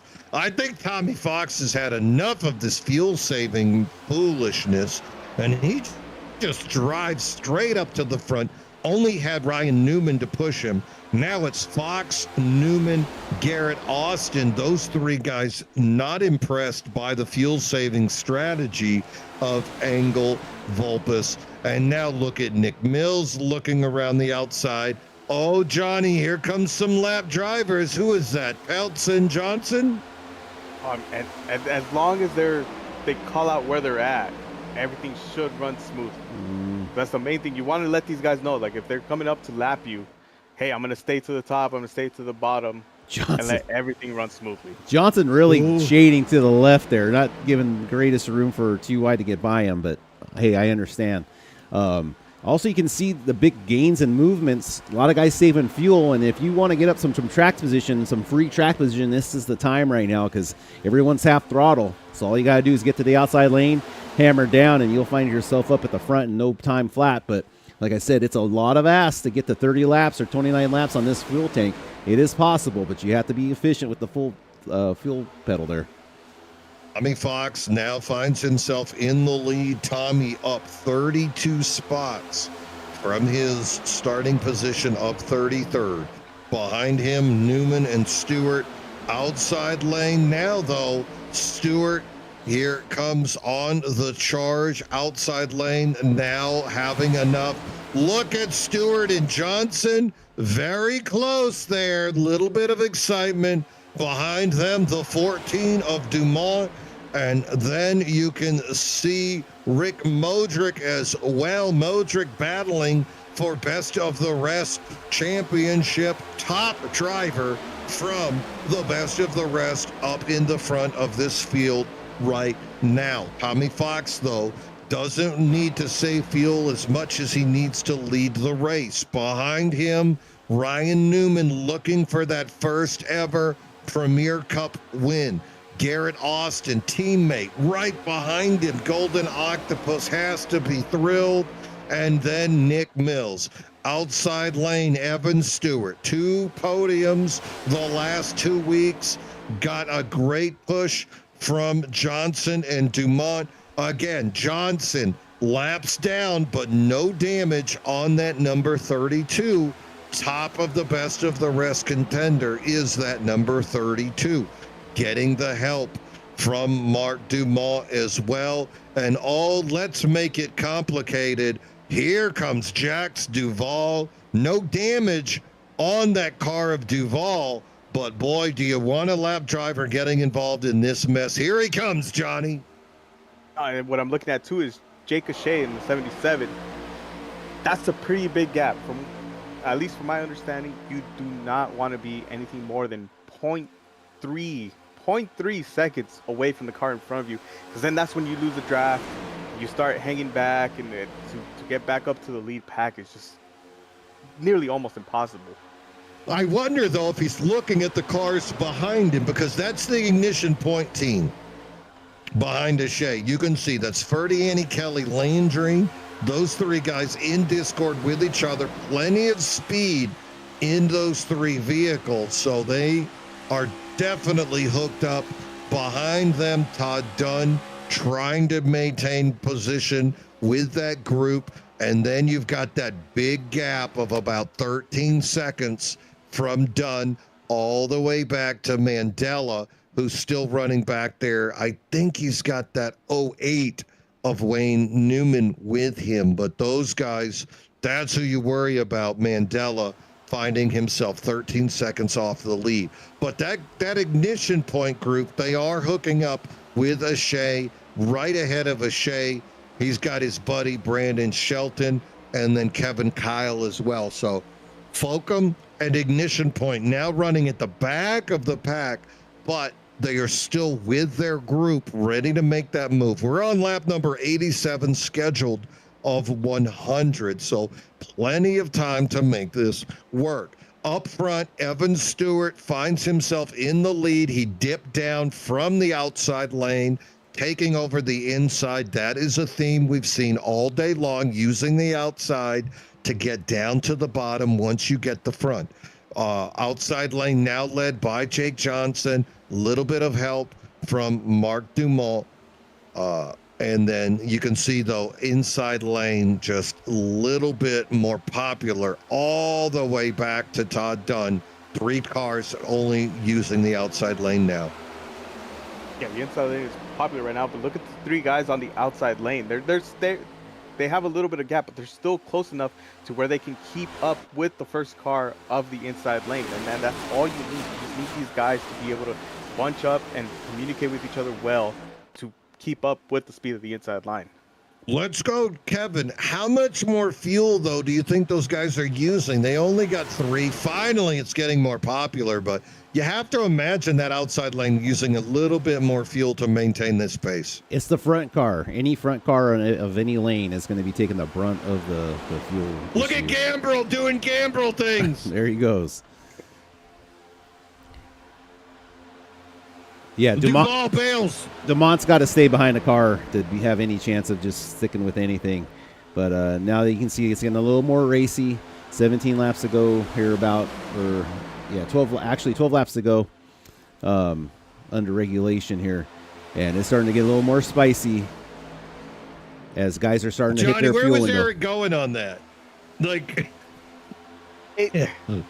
where was he going, man? You know, in my opinion, you know, Gambrel's in the race. He may have another opinion. In my opinion, you don't want to go into the third lane unless you have guys behind you. But you can make it 3 wide. Oh, you can make it 3 wide. You can make it 3 wide no matter what. Just, you know, you want those guys behind you to keep it 3 wide, you know, or else you're just gonna fall back to a line of whoever lets you in. Well, I don't think he let him in, but he did force his way in front of the 73 of Malarkey there. Makes his way back onto the inside lane. Up front, though, look at this. Let's go 3 wide. Nick Mills taking a peek. And that's how you do 3 wide. You got to shuffle the guy on that lane to the outside. You take his spot, and hopefully no one figures it out in time to shove you out. Hopefully no one figures out what you're doing. Look at Nick Mills continuing his assault. Now he's got some North American assault going on as he's pushing as hard as he can on Dumont ahead of him. Outside lane, Johnson again. And now look at Tommy Fox getting in the middle. Oh, it's getting a lot of movement by Austin and Newman up there too.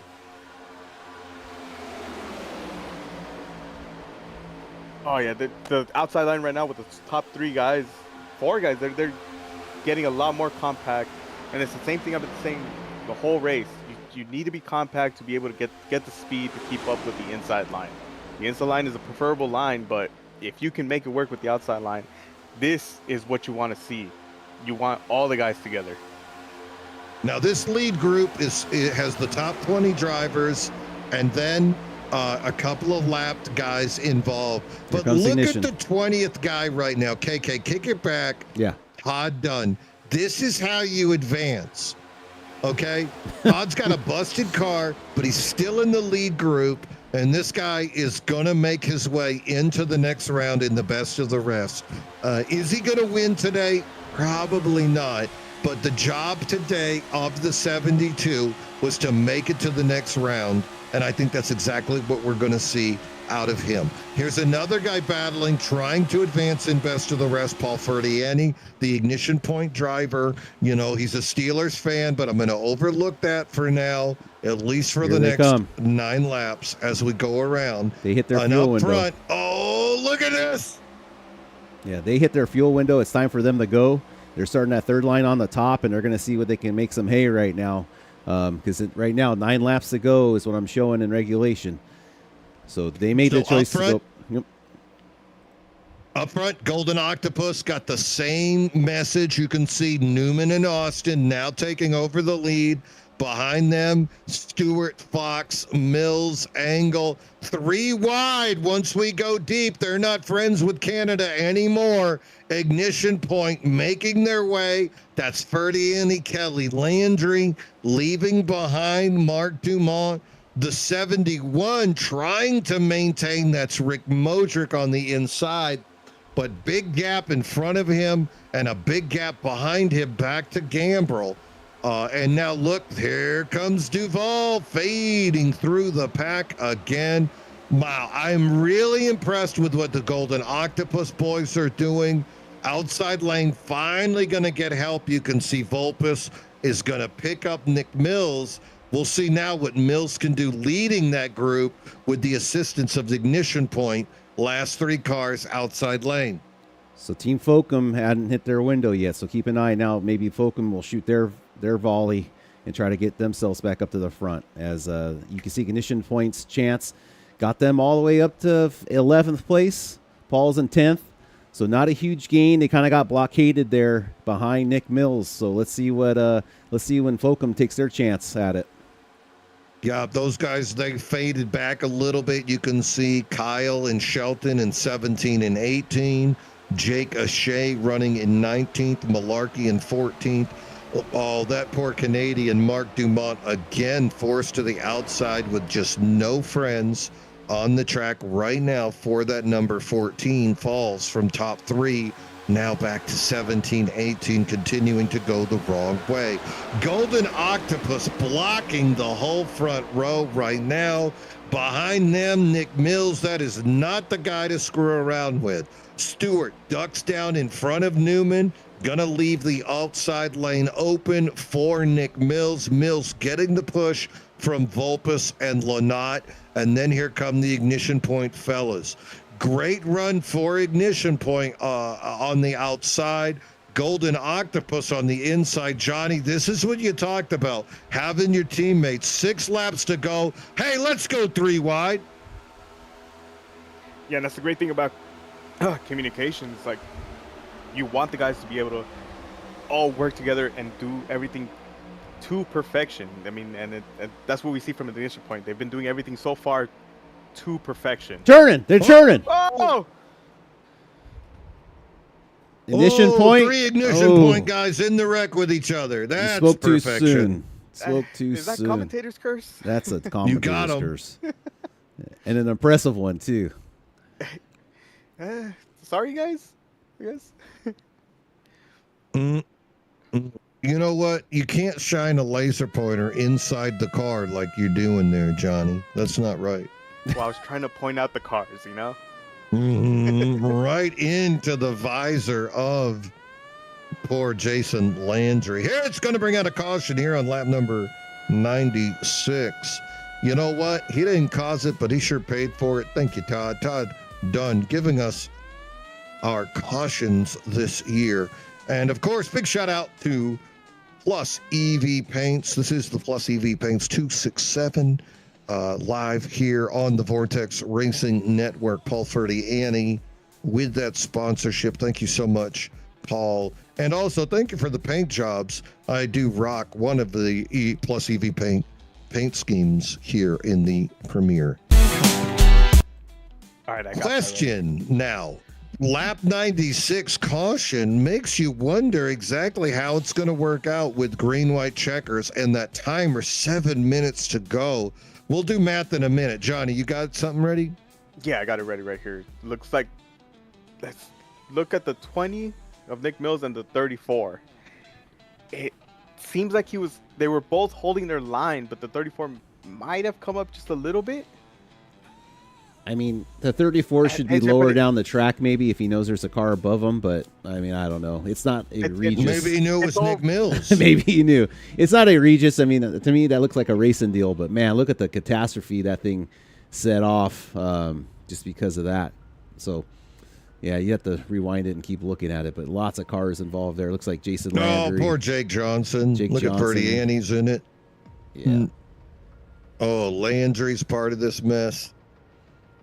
Yeah, nothing seems to be of any fault to anybody else. It's just a racing incident. Like it was unavoidable, I guess. I like those two. They almost whacked each other on that. They high-fived each other. Ooh. 33 got involved in that too, right there. And the pace car is just running out there.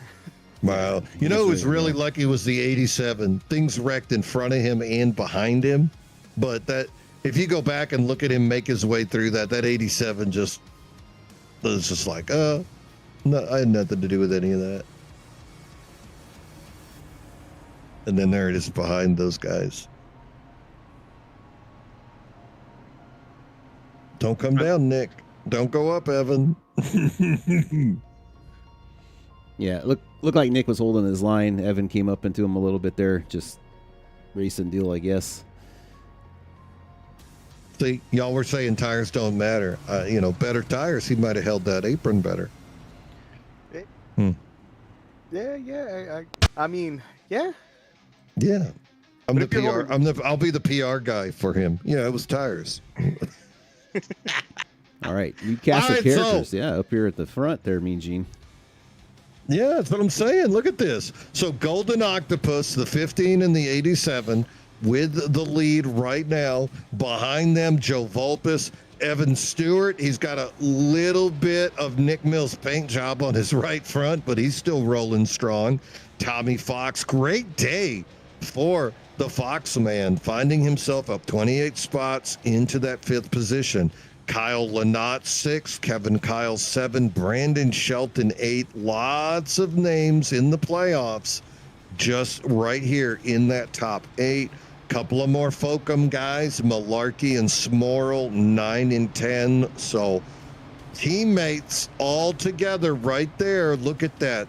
Kyle Shelton, Malarkey, Smorrell. So row 4 and 5 gonna be a Folcom row. Ignition Point got the worst of that last wreck as we saw more of them go down. We already saw Jose Medina become victimized after that one. You got to wonder about the car of Kelly.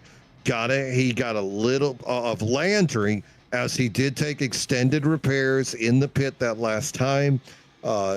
Jared Kelly's still running next to Paul Ferdiani, 14 and 15. But the integrity of that team has to be challenged after they got that wreck. Folcom looking good. Golden Octopus looking good. And Joe Vulpes representing Animal House Customs kind of up there by himself, even though they are teaming with Gulf Coast here today, which would be Fox and Lynott in 5th and 6th. Yeah, and it's something I don't want to count out Joe Vulpes from winning. I mean, he has a record of what, 4 wins at 7 super speedways. Yeah, he's on fire. He's always been a guy that I've known as calculated, and if his strategy messes up one week, he makes it up the next week. As far as what I've been seeing. Yeah, but what kind of calculating math do you need now? There's 3 laps to go.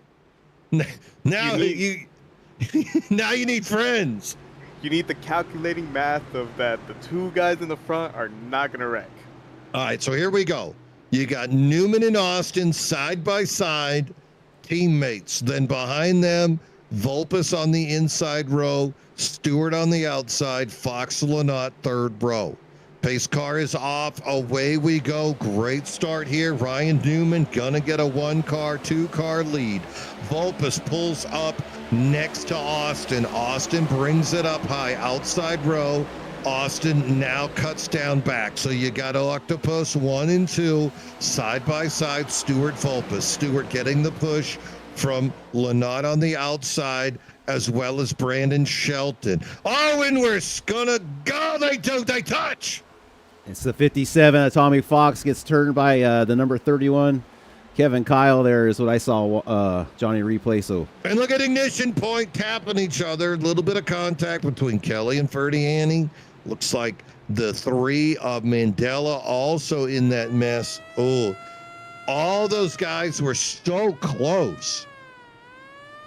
That if we go to that replay, Johnny, I mean, everybody was inches away. I think they must have been listening to our broadcast about the necessity of the third and fourth car being in that pocket so tight. All the cars in that pocket right there looked like the 31 might have got rubbed the wrong way, went down a little bit lower on Tommy Fox than he would have liked. Nowhere to go getting pressure from behind. Tommy Fox came out on the short end of the stick on that restart there on 99. Okay, so I have it ready. We're gonna see it together. I feel like it was a mix of trying to run the perfect amount of gap, Mm-hmm. and it might have just been too much. Because if we look right now so far, we have the Look 15 in above the them. front. Look how close those three cars are above them. So yeah, you want that kind of space in between each other, or not even exclusion of space, because you want to be able to get the draft to go over the three of the cars. You have the bottom line, you have a little space between the 15, the 87, little space between the 87 and 11, the 57, 31 and 57 would be executing it perfectly if they were up in the front, and then you have the 73 behind, right? And then they start doing it perfect, but the 73 goes a little too hard, hits the 31, that gets the 51 or 57, sorry, to start turning to the side.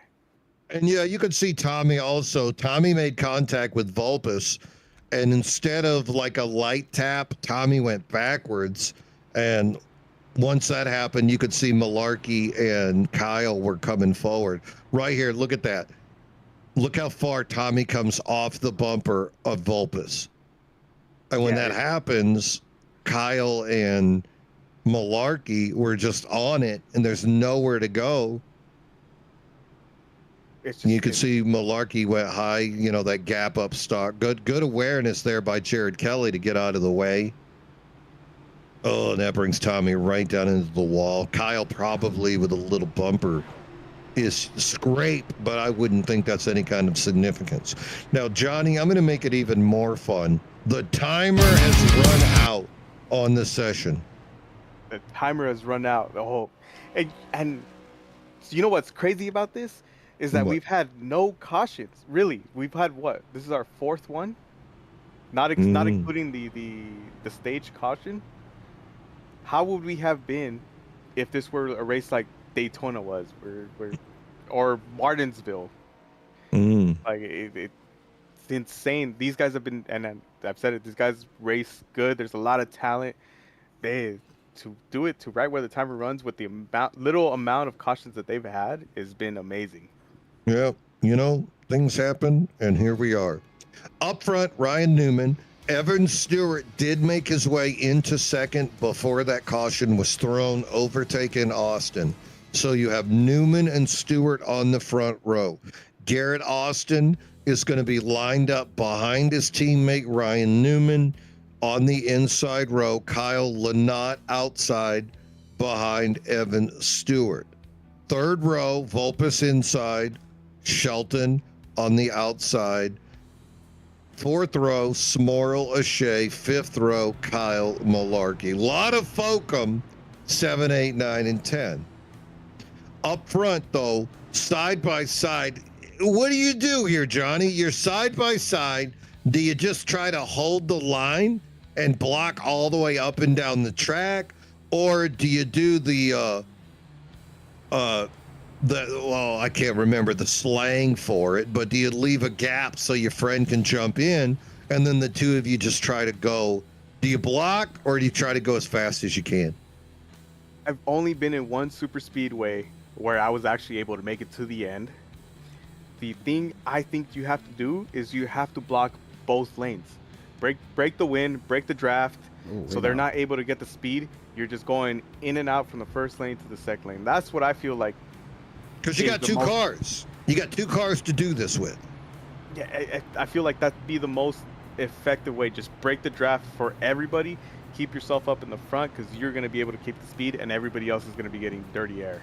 Now, I don't know much about That's right, Mean Gene. Evan Stewart. Okay, I don't know if Stewart would use his front end to move you out of the way. But I know very well if you pull that crap in front of Kyle Lynott, you're going to go for a ride. So I think, yes, blocking both lanes if they got into that position would be a great move for the Golden Octopus team. But if you try that in front of the wrong guy, you do that in front of a Nick Mills, you do that in front of a Kyle Lynott, you do that in front of a David Owens, you're going to go for a ride. You're going to end up in the infield care center real fast. So I'm hearing. If it helps you understand, my favorite driver is Carson Hocevar. If it helps you understand. You're not here to make friends. You're here to win a championship, you know? Hey, me, Gene, and Johnny Replay, I'm hearing that this last is going to be one lap. Basically, one lap. Once they go green, with the time limit coming down the way it is, I believe it's going to be one lap, and that's all she wrote here. Right. So then I think we need to talk. Think we need to focus on what we talked about at the beginning of the race, and that is the ability of the third car to close the gap and give that push. Brandon Shelton, third car outside lane. Joe Volpus, third car inside lane. We've seen Shelton use amazing fortitude up into the tail end of the cars in front of him. Lynott will spin you rather than let the throttle off. So outside lane looking good. Inside lane, Newman and Austin teammates Joe Volpus. Let's see what kind of jump we get as we go into the restart zone. Creep, creep, creep. Look how tight top three are. Away we go. Good start there by Newman. Looking to get help. Oh, and look at the inside lane fall apart. Newman, Stewart, Volpus way off, as is the fourth car of the Smorl in the 5. Outside lane, look at how tight they are. That's Stewart, Lynott. They dive down in front, Stewart and Lynott. Oh, Lynott taps Stewart, lets him back up. Look at the lead. They've got side-by-side 4-car link. Inside lane, Newman. Here comes Austin. Start to close the gap. Stewart, Smart on the outside. Let's go 3 wide, boys. Inside lane, making it work. Stewart with the lead. Lynott fading backwards. Contact. We're spinning. Stewart into Newman spinning. Up front, it's still Stewart. Stewart looking good. Garrett Austin in second. Lynott gets into Austin. Volpus goes by. And your winner here today, Evan Stewart, I believe. Evan Stewart gonna take the win. Oh my word, ladies and gentlemen, what a result. We saw Volpus didn't go. Inside lane fell apart. Outside lane powered by that third car of Brandon Shelton. The aggressiveness of Kyle Lynott pushes Stewart to the lead. Stewart with the win. Joe Volpus gonna come home in second. Kevin Kyle gonna bring it home in third. What a podium. Johnny, does it get any better than this? Oh, it's gonna get better right now when we try to figure out what just happened. Because so I already kind of seen the first couple seconds of this, and there's 2 things that happen at the same time, but everything after that, we're gonna learn together.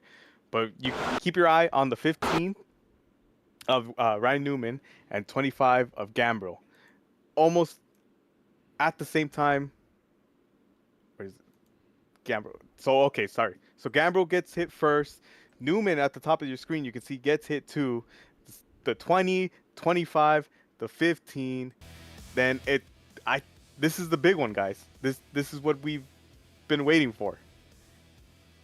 Everybody gets hit. The 72, the 7, the 5, 15 is still spinning. The 32 gets hit late. It's a lot. You guys are making me earn my money with this caution that you guys did. Hey man, I'm gonna start paying in rubles instead of dollars to get this to happen. But you knew it was gonna happen. I mean, it's a 1-lap showdown.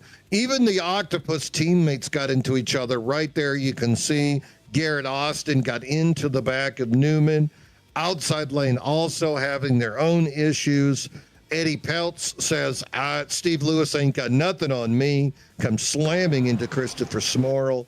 All of the action right there. Everybody looking for a couple of extra spots. Remember, this is an elimination race. that one spot could make the difference between racing at Martinsville next week racing at Darlington next week to continue your assault on a playoff win, or being on the sideline watching. Crazy results.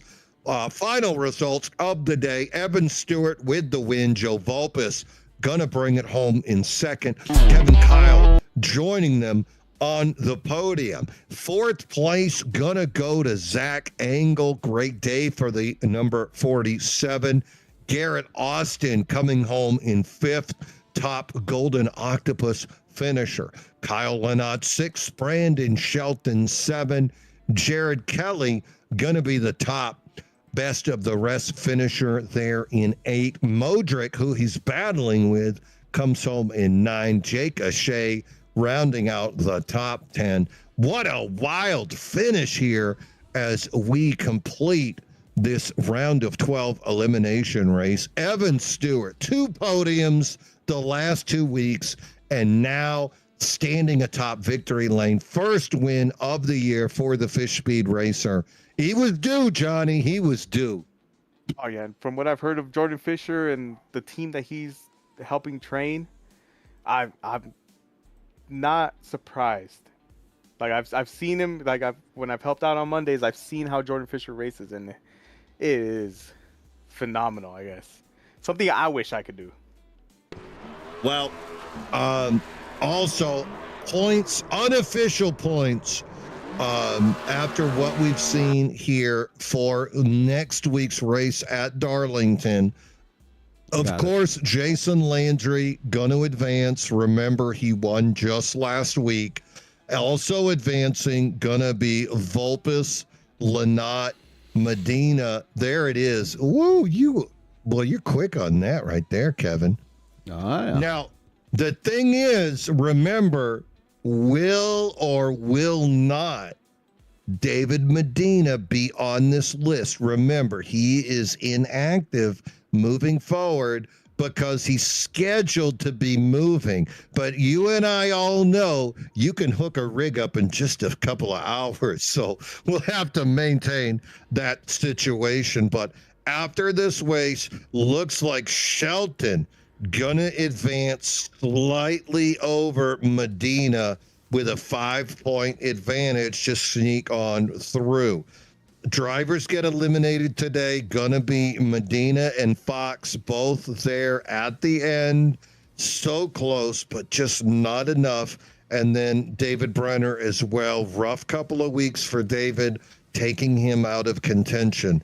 But going into next week, Johnny, I don't even know what names are in danger.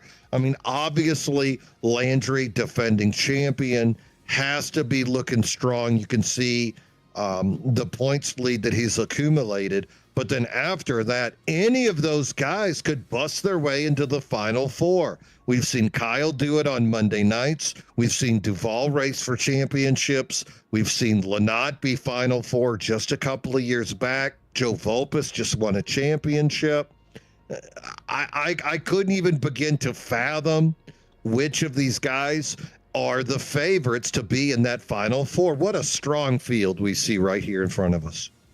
I mean, we think back to the beginning of the race, and Lennott was in the back with Tommy Fox and Edward Peltz, and to be able to still gain the position that he got and finish where he got to get the points that he has, I mean, Jason Landry is the only thing we're sure of pretty much at this point. Like the points are not so spread out to where we can be like, oh, okay, this guy's gonna come out. This is gonna be intense. Yeah, I can't wait to see what happens at Darlington next week as that playoff picture will begin to get even more clear. Remember, next 3 races, Darlington, Bristol, and Vegas. Darlington and Bristol, such intense racing. And then Vegas also will be that cutoff race before it all wraps up February 8th for the championship at Nashville. Best of the rest picture, no surprise here. Look it up at the top. Kelly and Modric doing battle with each other. Slight gap to Sarah Johnson. Ferdiani. Wayne Newman, a little bit tougher day than he would have wanted, caught up early. Todd Dunn continues with that steady improvement we've seen last year. And then the wild card, Eric Gambrell, one less start than everybody else, but makes the cut. And now, with the ability to have all three races to move forward, I don't think Gambrell's the number 8 seed in this little group right here, Johnny. No, and we've seen it in this race. He has the balls to do what other people don't want to do. We've seen him do, go 3 wide. Naughty things. Things you shouldn't be doing, but he has the cojones to do it. Cojones. Yeah, That means excitement. Yeah.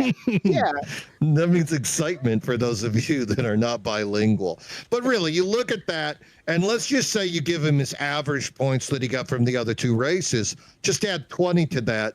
That puts him at 59. 59 would put him right behind Jake Johnson as far as who would be 4th moving forward. But if you think you can just count out Paul Ferdiani or Wayne Newman, you are sorely mistaken. And then any kind of activity, Todd Dunn also on this picture, you can see he tied Newman just a few points behind Ferdiani for that spot. So top 8, best of the rest. This thing is very tight.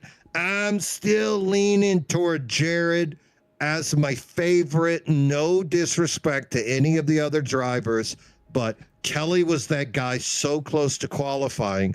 I kind of expect a little bit more out of the double nickel than the rest of the group. No pressure, Jared. I'm just saying, if you don't win it, I'm going to be giving a 10-minute soliloquy about what coulda, shoulda been.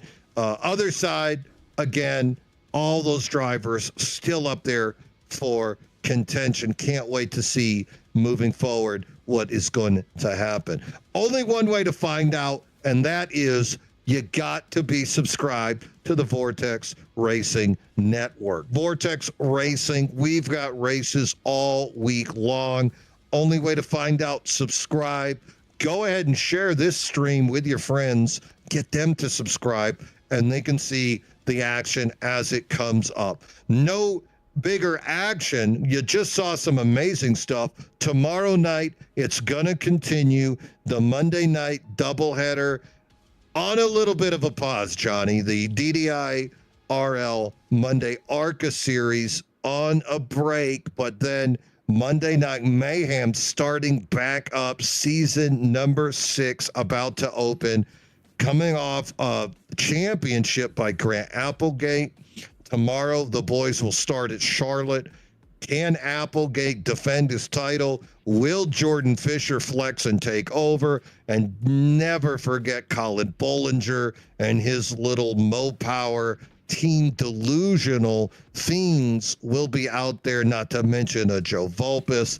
And, hey, I hear Sim and Destroy starting their own company as well. Still up in the air. Kevin, you got a favorite that might be coming through? Yeah, as your factory driver. Yeah, I had a couple people reach out to me, and we're gonna go ahead and offer the position to Zach Winstead.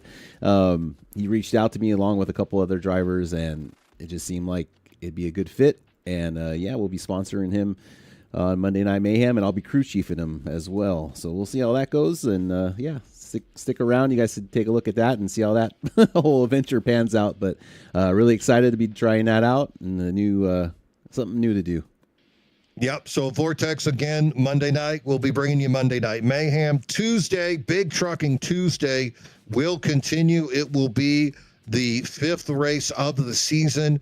Those guys will be at Martinsville. And boy, we've seen some really big fields there. We've seen fields of 42 in 3 of the first 4 races, continuing to expect more of that.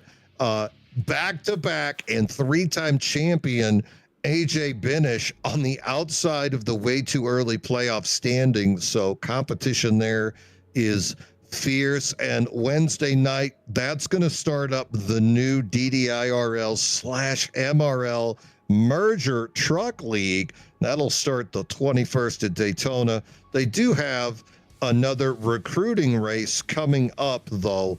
Again, that is going to be your Wednesday night. Friday, one more recruiting race there, rebroadcast on our sister station of MRL. All of this action, best way to keep track, make sure you are subscribed and you'll get those notifications when they come up.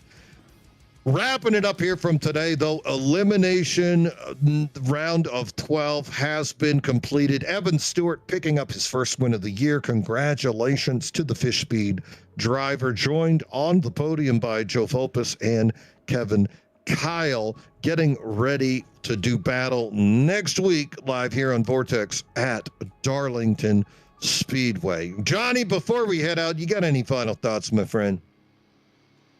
I'm going to go rent Talladega Nights, I guess. And I hope viewers do too. Gotta love it. Hey, you know what? If we're renting NASCAR movies, you know, you can't do without Days of Thunder. That is just something about watching a 51 actually drive fast instead of what we see here every Sunday. It just feels good. Ladies and gentlemen, that is going to wrap us up. Thank you so much for joining us here today on the Vortex Racing Network. On behalf of myself, Mean Gene Money, Johnny Replay, Kevin Kyle producing, it has been our pleasure. Shout out, of course, to our sponsors, Plus EV Paints, for sponsoring today's race, the Plus EV Paints 267. Thank you to Jason Landry for the SimRacingNation.com pole position award taken by the 54 of Juan Delgado. Thank you, Todd Dunn, for sponsoring our cautions all year long. He doesn't cause them, but he sure pays for them. Thank you so much, Todd. Big shout out to our admins as well. Hey, Matt Schofield, you weren't even here today, but you were kind enough to wake up, because they're 8 hours ahead of us, and figure out the point system. So big shout out to those boys as well. Ladies and gentlemen, enjoy the rest of your Sunday, and we will see you next time. As always, bottoms up and hammer down. Yeah, cup of coffee in the big time. Yeah.